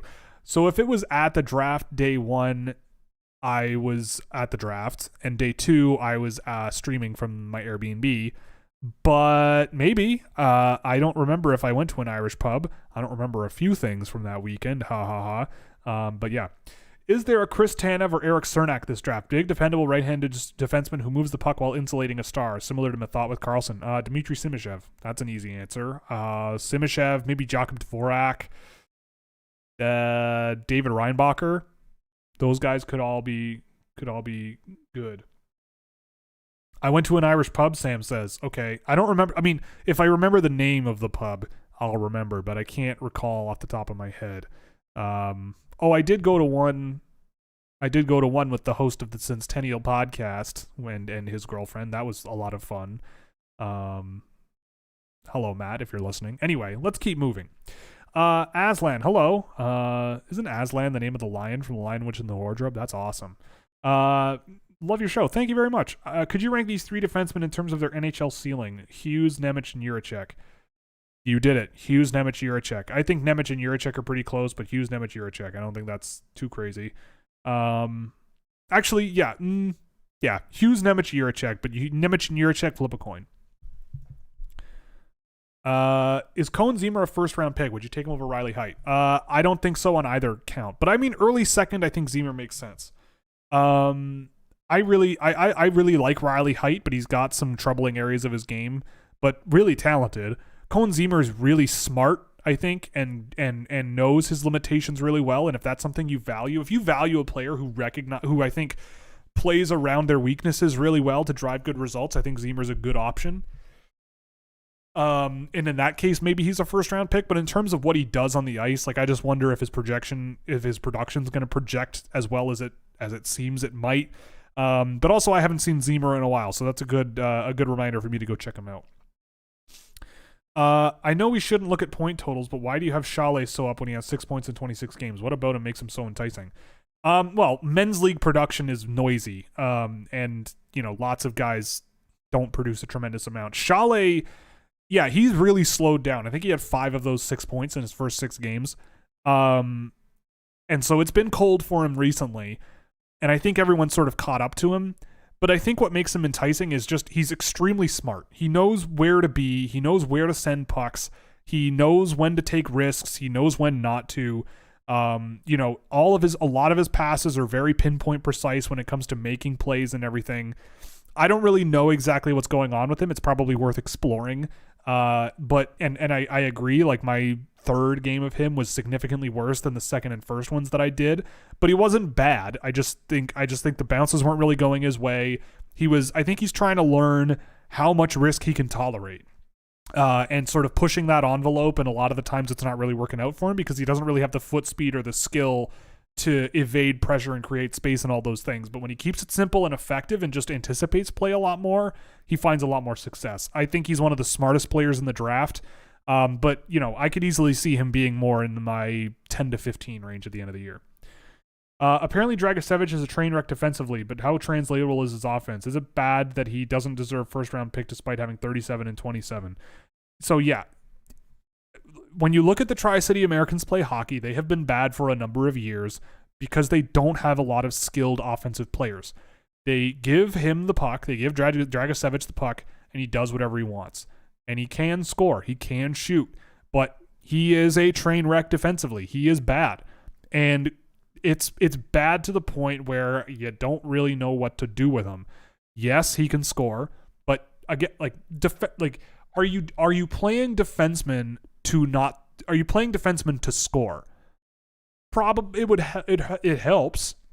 It certainly is what makes them very good, but they're still defensemen. You got to defend.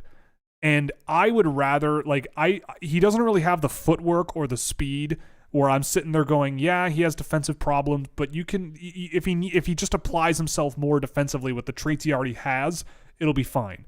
I don't think he has that advantage. I just think that it's a lot of he's given the keys to a very bad car and he races it at the racetrack and wins races, which is fine. It's fine, but I don't really know. It's hard to articulate. It's more of a gut thing with him where I don't know. He's got a bit of skill. He can shoot. He gets a lot of shots from the point, but his defensive game is a big problem. How many players would you take in this draft before taking someone from 2022? And how would you compare this year's draft to 2015 or 2020? Well, 2015, I can't really give you a detailed answer. I wasn't this deep in this world 7 years ago. 2020, I mean, I think it's comparable. I'd say it's comparable to 2020. Maybe not as much fun, but it's pretty close. It's you know what, this might be a bit better. It's close. But compared to last year, I mean, I would take Bedard, Fantilli, Carlson, Benson, and Crystal, and maybe Michkov, all ahead of Slafkovsky. Like, I don't know. I had Shane Wright, Logan Cooley, and Brad Lambert top 3. I think Shane Wright goes before Will Smith. I think Logan Cooley goes. Logan Cooley might go ahead of Michkov for me. Maybe even Benson. This is convincing me that Crystal might need to go one stop higher ahead of Benson, but we'll tackle that later. But yeah, it's a number of players, I would say. Why do you think Canadian goaltending development is so poor compared to European and American? So, this is, again, from my personal experience and from talking to people about this, because I have brought it up with people in hockey and I have listened and read interviews about this kind of thing. Canada is really, really, really awful with fragmented development. The Canadian development system, I am convinced that the reason that Canada is still a bit of an advantage over I think it's equal now, but I think it's only Canada being equal to everyone else now because of the passion Canadians have for the sport, rather than the structures that help them get better in the sport. You play for your community team sometimes, and you can get up to the AAA level, right? Let's say you're an NHL level prospect, potentially, and you're 15 or 14 in the WHL, 14 out west. You are being asked at that point, you go through your first draft experience. People will be talking about how you play. They'll be asking you and interviewing you about how you might feel about moving somewhere else to play hockey. When you're 14 or 15, that's a lot. That's a big life change. I am convinced that on top of that, not only is it insanely expensive to play that level hockey in Canada, but parents that put their kids at that level, they try to get private skills coaches, private skating coaches, private trainers, private everything, blah, blah, blah, blah, blah. They're not all made equal. All of those things are not made equal. And I am convinced that the fragmentation of everything and the privatization and commoditization of elite training for kids is harming things, right? Like, I think that does harm. Whereas USA Hockey is a lot more sort of hands-on from an early age, right? Like, I know Hockey Canada has a playbook, but I don't know. I've heard horror stories about AAA, AA coaches at the youth level in Canada. I'm sure those exist in the States as well, but it seems like USA Hockey has a much firmer grasp on how to get kids playing a certain way, being a certain way as people, and being a certain way as a teammate. Whereas in Canada, it seems much more, how good is this individual player? And then we draft them at 14 or 15 and send them some other province hundreds of kilometers away to some small town in the middle of nowhere to play. Whereas in the States, you can pretty much stay closer to home. You know, the USHL is not very high profile, so you can play maybe closer to home. You know, you get to go to college and get an education and take a bit more time. Whereas in Canada, it's like you have a hard stop at like 19 or 20, and then you play pro hockey. So to bring it back to goaltending is probably even worse with the privatization and commoditization, with coaching and different training. And I don't know. I mean, Canadian goaltending, it is a weak point. It is. And I think with Europe, as far as I've been told, and the States, the way that they train goaltenders is much more open source and collaborative, and a lot more sort of based on, here's our standard of how we train our goaltenders, and they really try to build that out. Whereas in Canada, I just feel like it's very fragmented. You might get a private goaltending coach who's very good. You might have other private goaltending coaches who are very bad, but then you go to your CHL team and their goaltending coach might not be very good. and then they're trying to change your game completely differently. Whereas if you're playing for, say, HV71 in Sweden, you might have one guy on the team who is your goalie coach from when you're 13 or 14 until you're 20. You know, they might have the same goalie coach or two different goalie coaches for that entire period of time, or a team of goalie coaches. You stay on the same team, and I think that that's a lot more conducive to a stable learning environment that is also a lot more comfortable for a child to go through. Again, I'm not a huge fan of the NHL draft as a concept. I am stunned at how the CHL works.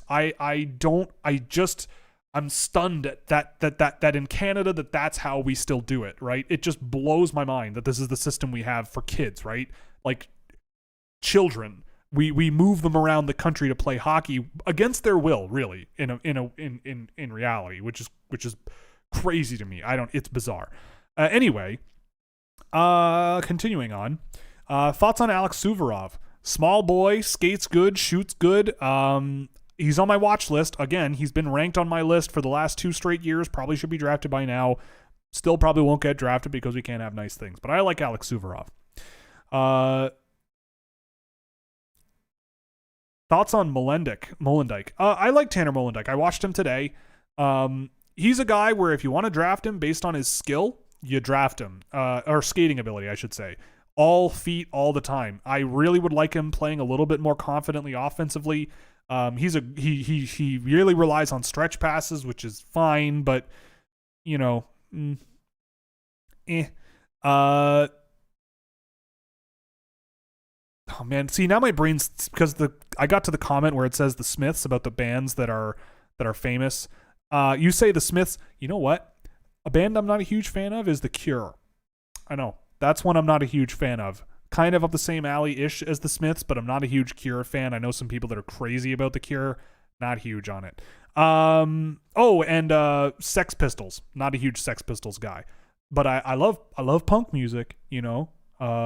Lightning Bolt, that's a fun one. I like the band Lightning Bolt. They're fun. Yeah. Not a huge fan of the Cure.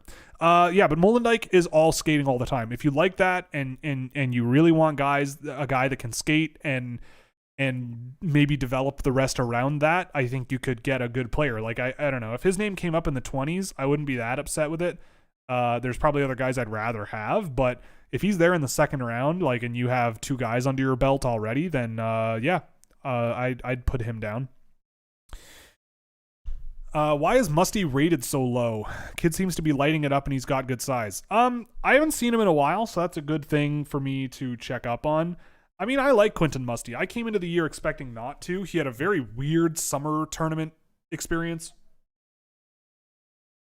of like isolated moments where he was great and others where he wasn't. But I think he's a really talented player. I think he's a guy who he's big and really sort of good under pressure. Him and Matthew Wood are similar in that way. You know, in terms of just managing pressure really, really well, fighting through it, using his hands to sort of do those things as well. I think he skates into pressure a little too much, and I think he could really do a little better to work off of other players. I think people just look at, I look at him, and all I'm thinking about with Quentin Musty is he's a pretty good transition guy, good under pressure at times, putting pucks, you know, through sticks and skates and finding ways out. But the rest is just kind of, he's a physical guy, but there's not much oomph to his game. I don't really see a ton that really gets me out of bed.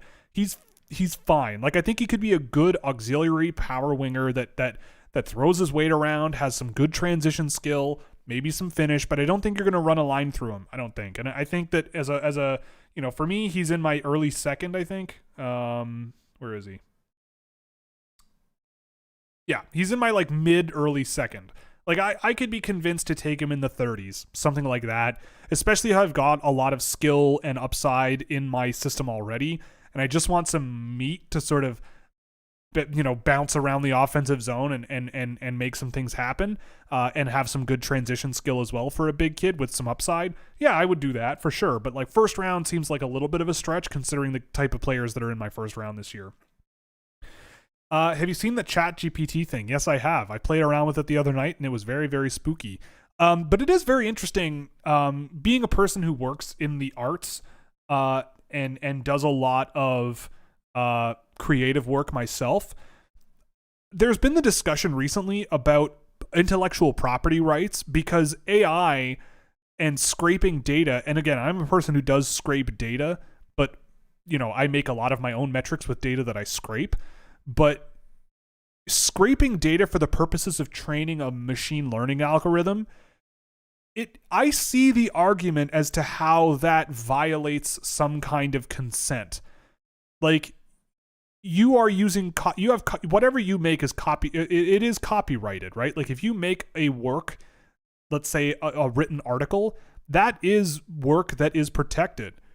And having it taken and reinterpreted and used as fuel for, to me, this is kind of a bad example, but it's like you live and you live on an oil field, and someone comes along with a straw in the next field over and drinks your milkshake. It's like, well, I wasn't doing anything with it, and people knew it was there, but you kind of took it and used it for your own purposes without asking me or compensating me. I mean, that's a very bad example, but you kind of see where I'm getting at. And I didn't really think of that while I was using it, and it's been brought up a few times in the days since. And it's a very interesting thought process that I think will be a very interesting topic for the 2020s to think about, because this is only going to happen more and more, right? Like, I fully believe that at some point, you're going to see people who have successful YouTube channels or whatever, where AI program could do the work of a number of people, right? Like, if you put in a prompt of, write me a script to cook a really good homemade pad thai recipe, it'll probably scour the internet for pad thai recipes. You could take that information and go, okay, now build out a full production schedule for a 5-minute long video for YouTube of putting together this pad thai recipe, with whatever. You could give it a prompt like that, and if it spits something out, there goes the role of a producer, a script supervisor, your writing, your production team if you need one. It basically just becomes prep everything for me and then make me. I'll shoot the video, right? And then, who knows? Like, there might be programs in a few years that scours YouTube and scrapes YouTube metadata and information and video to say, well, edit it for me. Like, what clips should I use? And it could probably do a half decent job. Or musicians could go, write me a ballad about, lost love as an old man in 4/4 time in the key of G minor that sounds like this band. And it probably will do it. So is that okay, right? I don't think it matters because I think it's going to happen, right? I think it's just going to happen.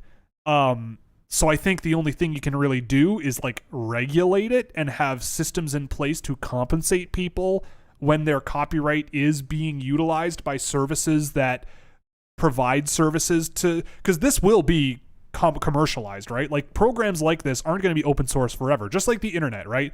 The internet wasn't a super siloed off and commodified thing when I was a kid. It was, you just did whatever you wanted on the internet. Like, it didn't matter. You got computer viruses a lot. I'm guilty of that, but all bets were off, right? Like, it for a long time on the internet, it was a paradise of freedom, and that never works. That never ever works. There's always going to be situations where the government has enough pressure from the public to go, yeah, we should probably do something about this. Look at what's happening to cryptocurrency. It happens all the time. So I get the feeling that the same thing is going to happen, because I think enough creative people are going to look at this and go, this is either going to put us out of work, like, or devalue us, and that's problematic. We don't need computers devaluing anymore, right? And I also get the feeling that we're getting into this era, and this is just me on a soapbox now, but I get the feeling we're getting into this era where we're like locked into doing what data tells us to do. Like, I am in the world of data, and I kind of feel like we do things just because data tells us to do them or not do them. It's like, for example, it's like this fusion announcement that just came out, right? Like, should we throw $100 billion at a project to get fusion power moving along faster? in my opinion, probably, but the data probably says that investment is not worth it, right? Like, unless you look at sort of what climate change could cost, $100 billion seems pretty cheap. But that's uncertainty, right? You could look at that and go, well, the probability of all of these things happening, it's probably more cost effective to build seawalls, for example, right? It's probably more cost effective than that to do that than spend $100 billion on fusion research. But you also kind of are going, well, yeah, but wouldn't it be a lot better if we figured this out, so I feel like there's sort of like a paralysis of data with data now. And I feel like with creative work, that paralysis with programs like machine learning and AI algorithms that use historical analysis to project things into the future is problematic, because things change all the time and it's impossible to predict the way things were going. Did anybody have an international war in Europe going on their scorecard for what was going to happen in 2022 and what that would do to the market, what that would do to European economies? Nobody did.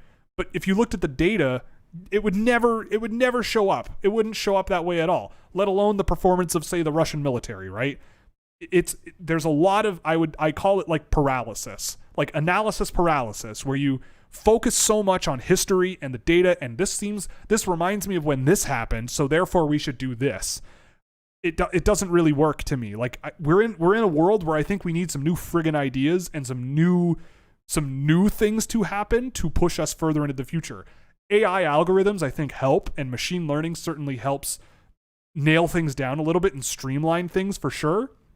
But it is a very interesting discussion that I've thought about a lot since that program actually came out. So very, very good question. But yeah, it's pretty amazing to see what people are doing though these days, regardless. Like, I'm not really afraid. It's just very fascinating, especially as someone who's been around the internet, and I remember the world before it very clearly, but been around it as it's matured and grown, and now people are taking it in directions that seem almost like magic to me. I'd love to hear report cards on players in the World Juniors, what you liked and didn't, including already drafted players. Yeah, so I will have a write-up before the World Juniors on that kind of thing. Should the NHL drop the 19-year-old rule for the CHL and let guys play in the American League? I feel so many guys are too good for junior but not NHL ready. In an ideal world, yes, but the CHL would revolt. They hold the cards mostly, really, because they're the ones who say, if you take our guys away too early, we lose money, and if we lose money, communities die, which is not entirely false. But in my view, that just means that the NHL should be able to pay a fee to import a guy from the CHL if they want. And maybe a thing they do is, look, only X number of players can jump the line and go early, right? And it will cost you X amount of dollars paid directly to the team they come from, right? So maybe that's a thing. And you'd obviously have to add some more rules in there to make sure that OHL teams aren't sort of gaming and messing around with that. But I agree, but there's a lot more context that goes into the question.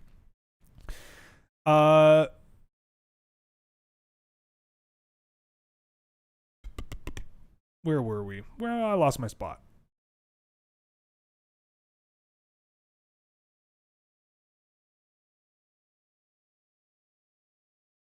Do you think Josh Wall could be an NHL player? I mean, anyone can be an NHL player. It's possible. I don't think, at least not to the point his production might indicate. I don't think he'll get to that point, but perhaps. You've hinted at this before, but I'm curious of your thoughts on the evolution of the CHL's hierarchy. WHL seems to be really breaking away, especially BC kids. Yes, it's true. Again, it's in my Substack. But yeah, the number of players in the NHL who played games in the QMJHL is declining. It's declining over time. There are much fewer young players in the NHL this year coming from the QMJHL, and even the ones that are older. Like, one of them is Nikita Kucherov, and I think there were only a handful of them. Like Timo Meier, also an import. Nikita Kucherov was an import, but McKinnon's in there. Obviously, Crosby's in there. Both not from Quebec. Claude Giroux, I think, is one of the only Quebec League guys that played in the Quebec League for a while, scored a ton of points, and became a really, really high-end NHL player.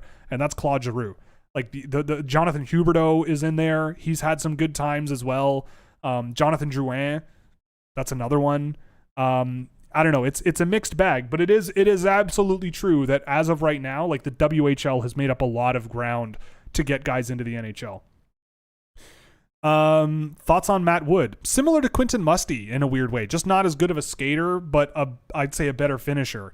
Wood's got a pretty decent shot, really good skill under pressure. I think he's a better puck distributor as well. Like he knows when to move pucks a little bit better than Musty, but they're somewhat similar. What are your thoughts on Shoegaze? Huge fan. I saw Sigur Rós in concert in Toronto. They were amazing. I saw who else? I've seen Explosions in the Sky live. They were great.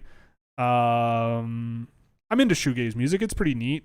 I listen to a lot of similar types of music like shoegaze while working, just to keep my mind occupied. So yeah, I'm a fan. Halton region water is better than Tri-Cities water. This Waterloo water is rancid. Yeah, I know. I mean, living where I live, I'm extremely fortunate to have great tap water, for sure. But I don't know. A Brita filter might help, maybe? I don't know. What are your thoughts on the Florida Panthers being outside the playoff picture? Do you think the Sherratt trade burns them on that unprotected first? Yeah, that trade does burn them. Yeah, it does. That's why you don't do rentals, folks. Don't do rentals. The playoffs are much more of a coin flip than you think. Personally, if I was a general manager, unless my team had absolutely glaring holes, I feel like I wouldn't walk into a dressing room on trade deadline day and be like, here are 3 brand new guys to mix up the room completely. They're better than some of you. I find that that's not a very good thing to do to your team if they've been playing together for 60 games at that point, unless you're getting like Taylor Hall or Claude Giroux, sure, whatever, fine. But Ben Sherratt, like, yeah, not a great call, in my opinion. And my thoughts on them being outside the playoff picture, like, I don't know. I want teams to make the playoffs. It would be great if everybody could. I love the playoffs. But like this was kind of like, it was kind of expected for them not to be as good as they were last year down the stretch, right? Like they lost Giroux. They got Kachuk, but it cost them Huberdeau and Yeager. Yeah, Huberdeau hasn't been great in Calgary, but that's a lot to give up. Things have changed in Florida. And they did kind of outperform what people expected of them last year. They were very good. Also, like they had a Vezina nominated coach and replaced him with Paul Maurice. Like, I don't know. It's very strange. Very, very, very strange. Can you just say more nice things about Lane Hudson? He goes. There you go. We talk about skating, shooting, and who is the best at those skills in the draft, but who's number one got that dog in him, work ethic like Gallagher? I'd say Zach Benson. Benson is right up there. Fantilli's kind of close-ish. I'd say Pinelli is up there. Jaden Perron, I'd say 2 is another one. Idar Suniev. We'll go there. That's a decent group. I want a Beniers jersey. Yeah, you should have come with me to Seattle. I got one. They had tons in the store there. And also someone else mentioned about the reverse retros only having a specific number of players. It's so funny that Arbor Xhekaj is on that list. That's so funny to me. I luckily found on Cool Hockey you could order a customizable Leaf one. So I got one with a bit of an off-the-board pick that you'll find out when it ships. I think it said it would ship in February, so you might have to wait, but it's coming. Thoughts on Ty Voigt? Skilled, evasive dude. Surprised he's not on the World Junior team. He's a ton of fun to watch. Really, really high-end skill guy. We'll see how it projects to the next level, but he's a lot of fun to watch. And I'm being a little vague on him because I haven't seen a tremendous amount of him over the last year or two. Here's a hypothetical question. For those high-producing QMJHL players, do you think the best move is to send them to Europe as they can't send with the AHL? I don't think they can send them anywhere. I think they're locked in because of the CHL agreement to play in the Q. I don't know. I mean, Europe is more difficult than Quebec. Like, those pro leagues are not a joke. European Junior, yeah, maybe like Sweden would be a step up from the Q. But I don't know. Splitting hairs, I think, at that point. Now the French Junior League, on the other hand, now they could really rip it up over there. Is Nikishin still good? I mean, he's fine. Nikishin's fine. I don't dislike Nikishin. I just think the production doesn't really line up to like a super, super high-end NHL player. Really good physical guy, mobile enough. He's fine. I feel like Dragicevic would make sense for Montreal in the late first, considering outside of Hudson, their defense prospects are all pretty defense first. Yeah, potentially. I mean, yeah, if you draft him outside the first or something, like I'm fine with it. Late first, whatever. Best player 5'8.5". That half inch is important. Or under. Well, let's take a look. Jaden Perron, William Whitelaw. Yeah, I'd say those two stick out. I really like Dylan Herkoian. He's not 5'6" though. So that's not correct. Let me fix that. I do like Herkoian though. He's a good hockey player for sure. He's got that dog in him. You want a high energy guy, you go look at Dylan Herkoian with Cedar Rapids. Also a Quebec boy. But I'm pretty sure his height is listed wrong there. So we'll go Jaden Perron and whoever that other one was. Perron and Whitelaw. Love them both. They're both tons of fun to watch. Dylan Herkoian. He is 5'10". Okay. Let's just fix that now. I'm going to have to race through the rest of these because I am losing my voice. And I've got work in the morning because I'm a grown-up. What are the cons of Michkov's game? Not a whole lot going on defensively. Not a whole lot of speed. Not a whole lot of high-end skill in transition. But some moments of perceiving the game and hitting targets, not great. He's either good at it or there's some shockingly bad passing decisions out of him.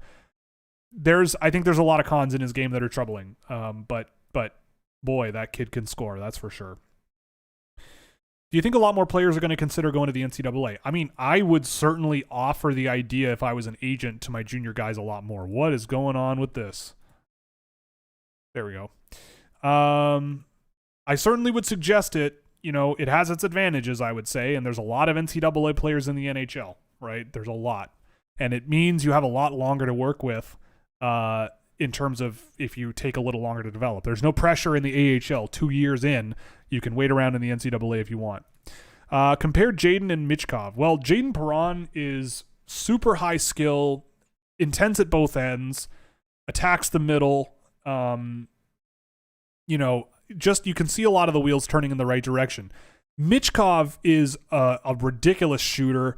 He's got a really good ability to get out of pressure and find ways to skate into pressure and get out of it when he's sort of tangled up with guys and finding ways to get sticks on pucks and free them up and get them to line mates and keep play going. Yeah, but in my view, they're pretty close. I don't know. But Perron, I mean, the last game I did of Perron wasn't great. But the pace of his game is really, really good. He stops up and makes plays in really creative ways that I just don't see out of Michkov. But Michkov finds ways to get himself into scoring areas.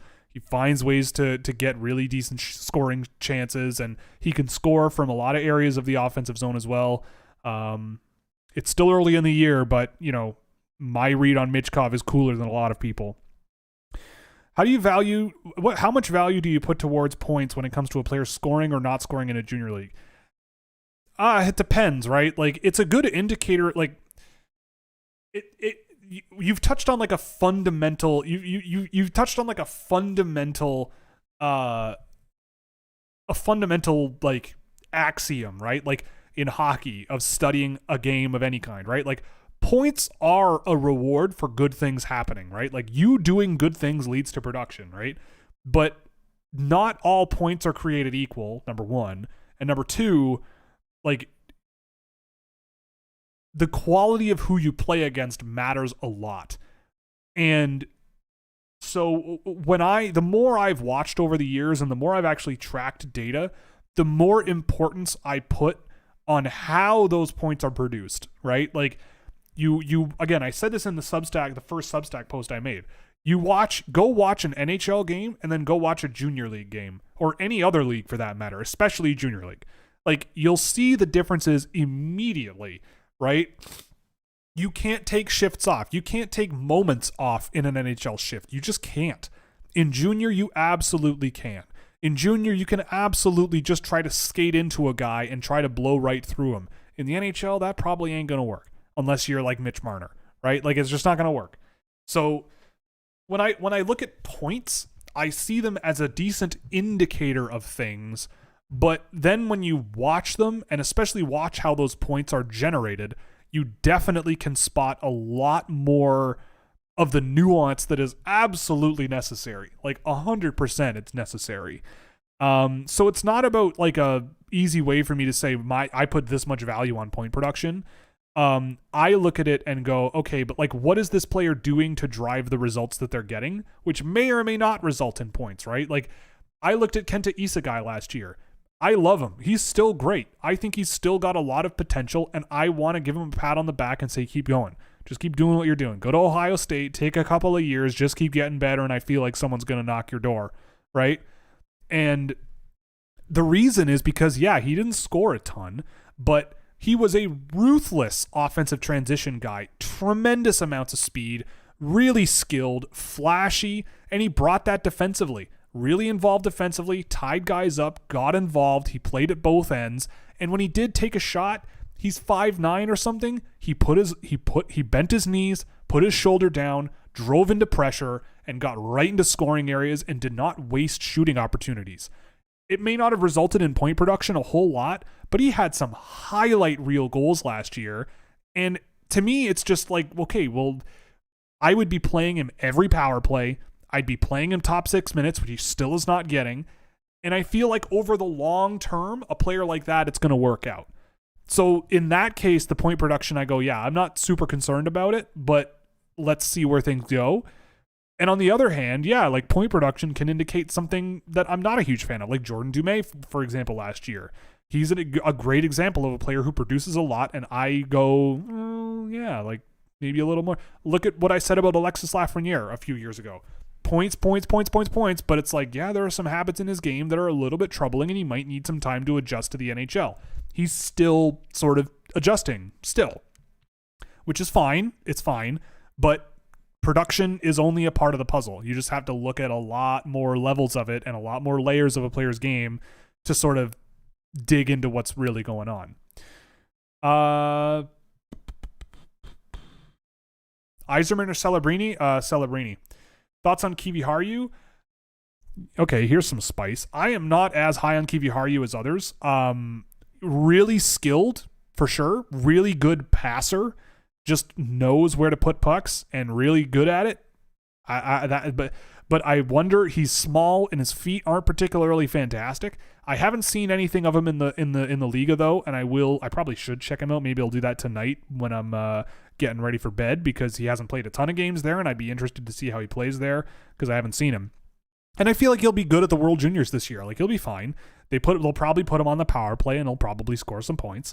But yeah, with Kiviharju, like, I think he's good. I think he's a very good player for next year's draft. But he's one of these guys where a year before they're draft eligible, like Michkov did last year and Shane Wright 2 years ago, I'm watching them and I'm going, this is the guy everyone's talking about. Like, he's good, and he's producing a lot, but we'll see. Again, very, very early, but we'll see. Vezina nominated coach. You know what I meant. Arvid Bergstrom, Mikhail Holm. Did I do it right? Arvid Bergstrom. Thoughts on Charlie Stramel? Oddly very similar to Quentin Musty, like a good, rangy, big, skilled guy, but throws his weight around a lot.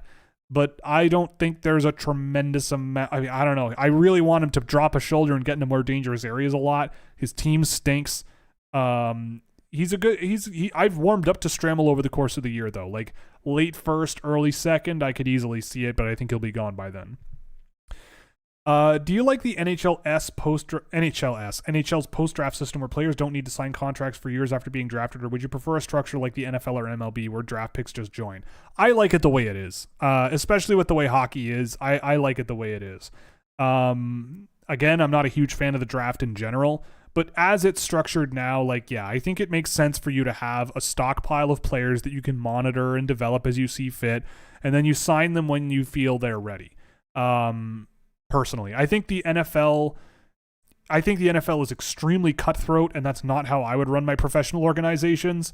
The MLB, it also has its own problems that way, and when guys don't sign, like, that can really do some damage.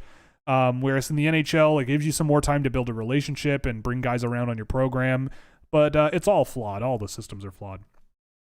Lazowski, how has he looked in his DY +1? I haven't seen him, so I'll check him out. Pronounce the Y like I pronounce my J's. Arvid Bergstrom. Okay, there. Is that okay? Is that better? I'm learning Swedish. Here we go. Who's the player that if everything goes right, he would be a first-round level talent? However, at this point in time, he's not that level. William Whitelaw. I have him in the first round, personally, because I'm not scared. But I absolutely see why people don't have him in the first round. I think he is awesome. I think he has a ton of potential. I think he's only scratching the surface of what he can do. But I definitely would say that he's not at the he's in my first round, but I don't think I'd draft him there. If he's there in the third round, I'm laughing all the way to the microphone at my table and taking William Whitelaw. Who do you think ends up going higher than they should? Dalibor Dvorsky, I'd say probably is one. I'm not a fan of Colby Barlow at all, and I think Colby Barlow could get drafted really, really high. Colby Barlow is a tough one for me. Yeah, need help on Juanborg. Juanborg? Is it Juanborg? Victor Juanborg. Something like that, I think is yeah, so Mikhail saying that it's a lost cause, I don't blame him. Juanborg or something like that. I think I'm like 80% of the way there with a Juanborg. How are the Gleb and Kulik statues going? Times have been tough this year, man. I don't know if you've noticed. My investments are all in the toilet, so we put that on hold. No statues just yet, but we're working on it. We're working with our vendor to keep costs down, but it's tough these days, so we might just pull the plug on those. But we'll come back maybe one day when those guys win the Stanley Cup and everybody's crying for happiness. I think that's going to be it for the evening, guys. We've already run way over time, but this was a lot of fun. This was a good show, pretty solid turnout for a game night where a lot of people probably are watching the NHL, and especially for December. But the World Juniors are coming up, so stay tuned for the post that's going to come. Again, thank you very much to Fanatics, McKean's Hockey, and Marcus Gustafson for sponsoring the show. If you want, you can click on or scan the QR code above my head to get my affiliate code for Fanatics, where anything on the store gives me a little bit of a kickback if you make a purchase. So if you have any last minute Christmas things you want to grab, you can use that code. It works globally as far as I know. Almost certain about that, but just so you know. Next week, we will be doing a show next week, Thursday, same time, 8 p.m. We did this Thursdays last year. Honestly, I forgot that we did it on Thursdays. But Thursdays, when I'm not playing ball hockey, they work better. So Thursdays it is. Next week, it will be 8 p.m. So thank you very much. We'll see you then. Have a great one. I would say if you have any further questions, you could DM me on Twitter, but I don't know. There's some weird things going on with that website. So find another way and we'll figure it out. Anyway, thank you very much, and we'll see you around.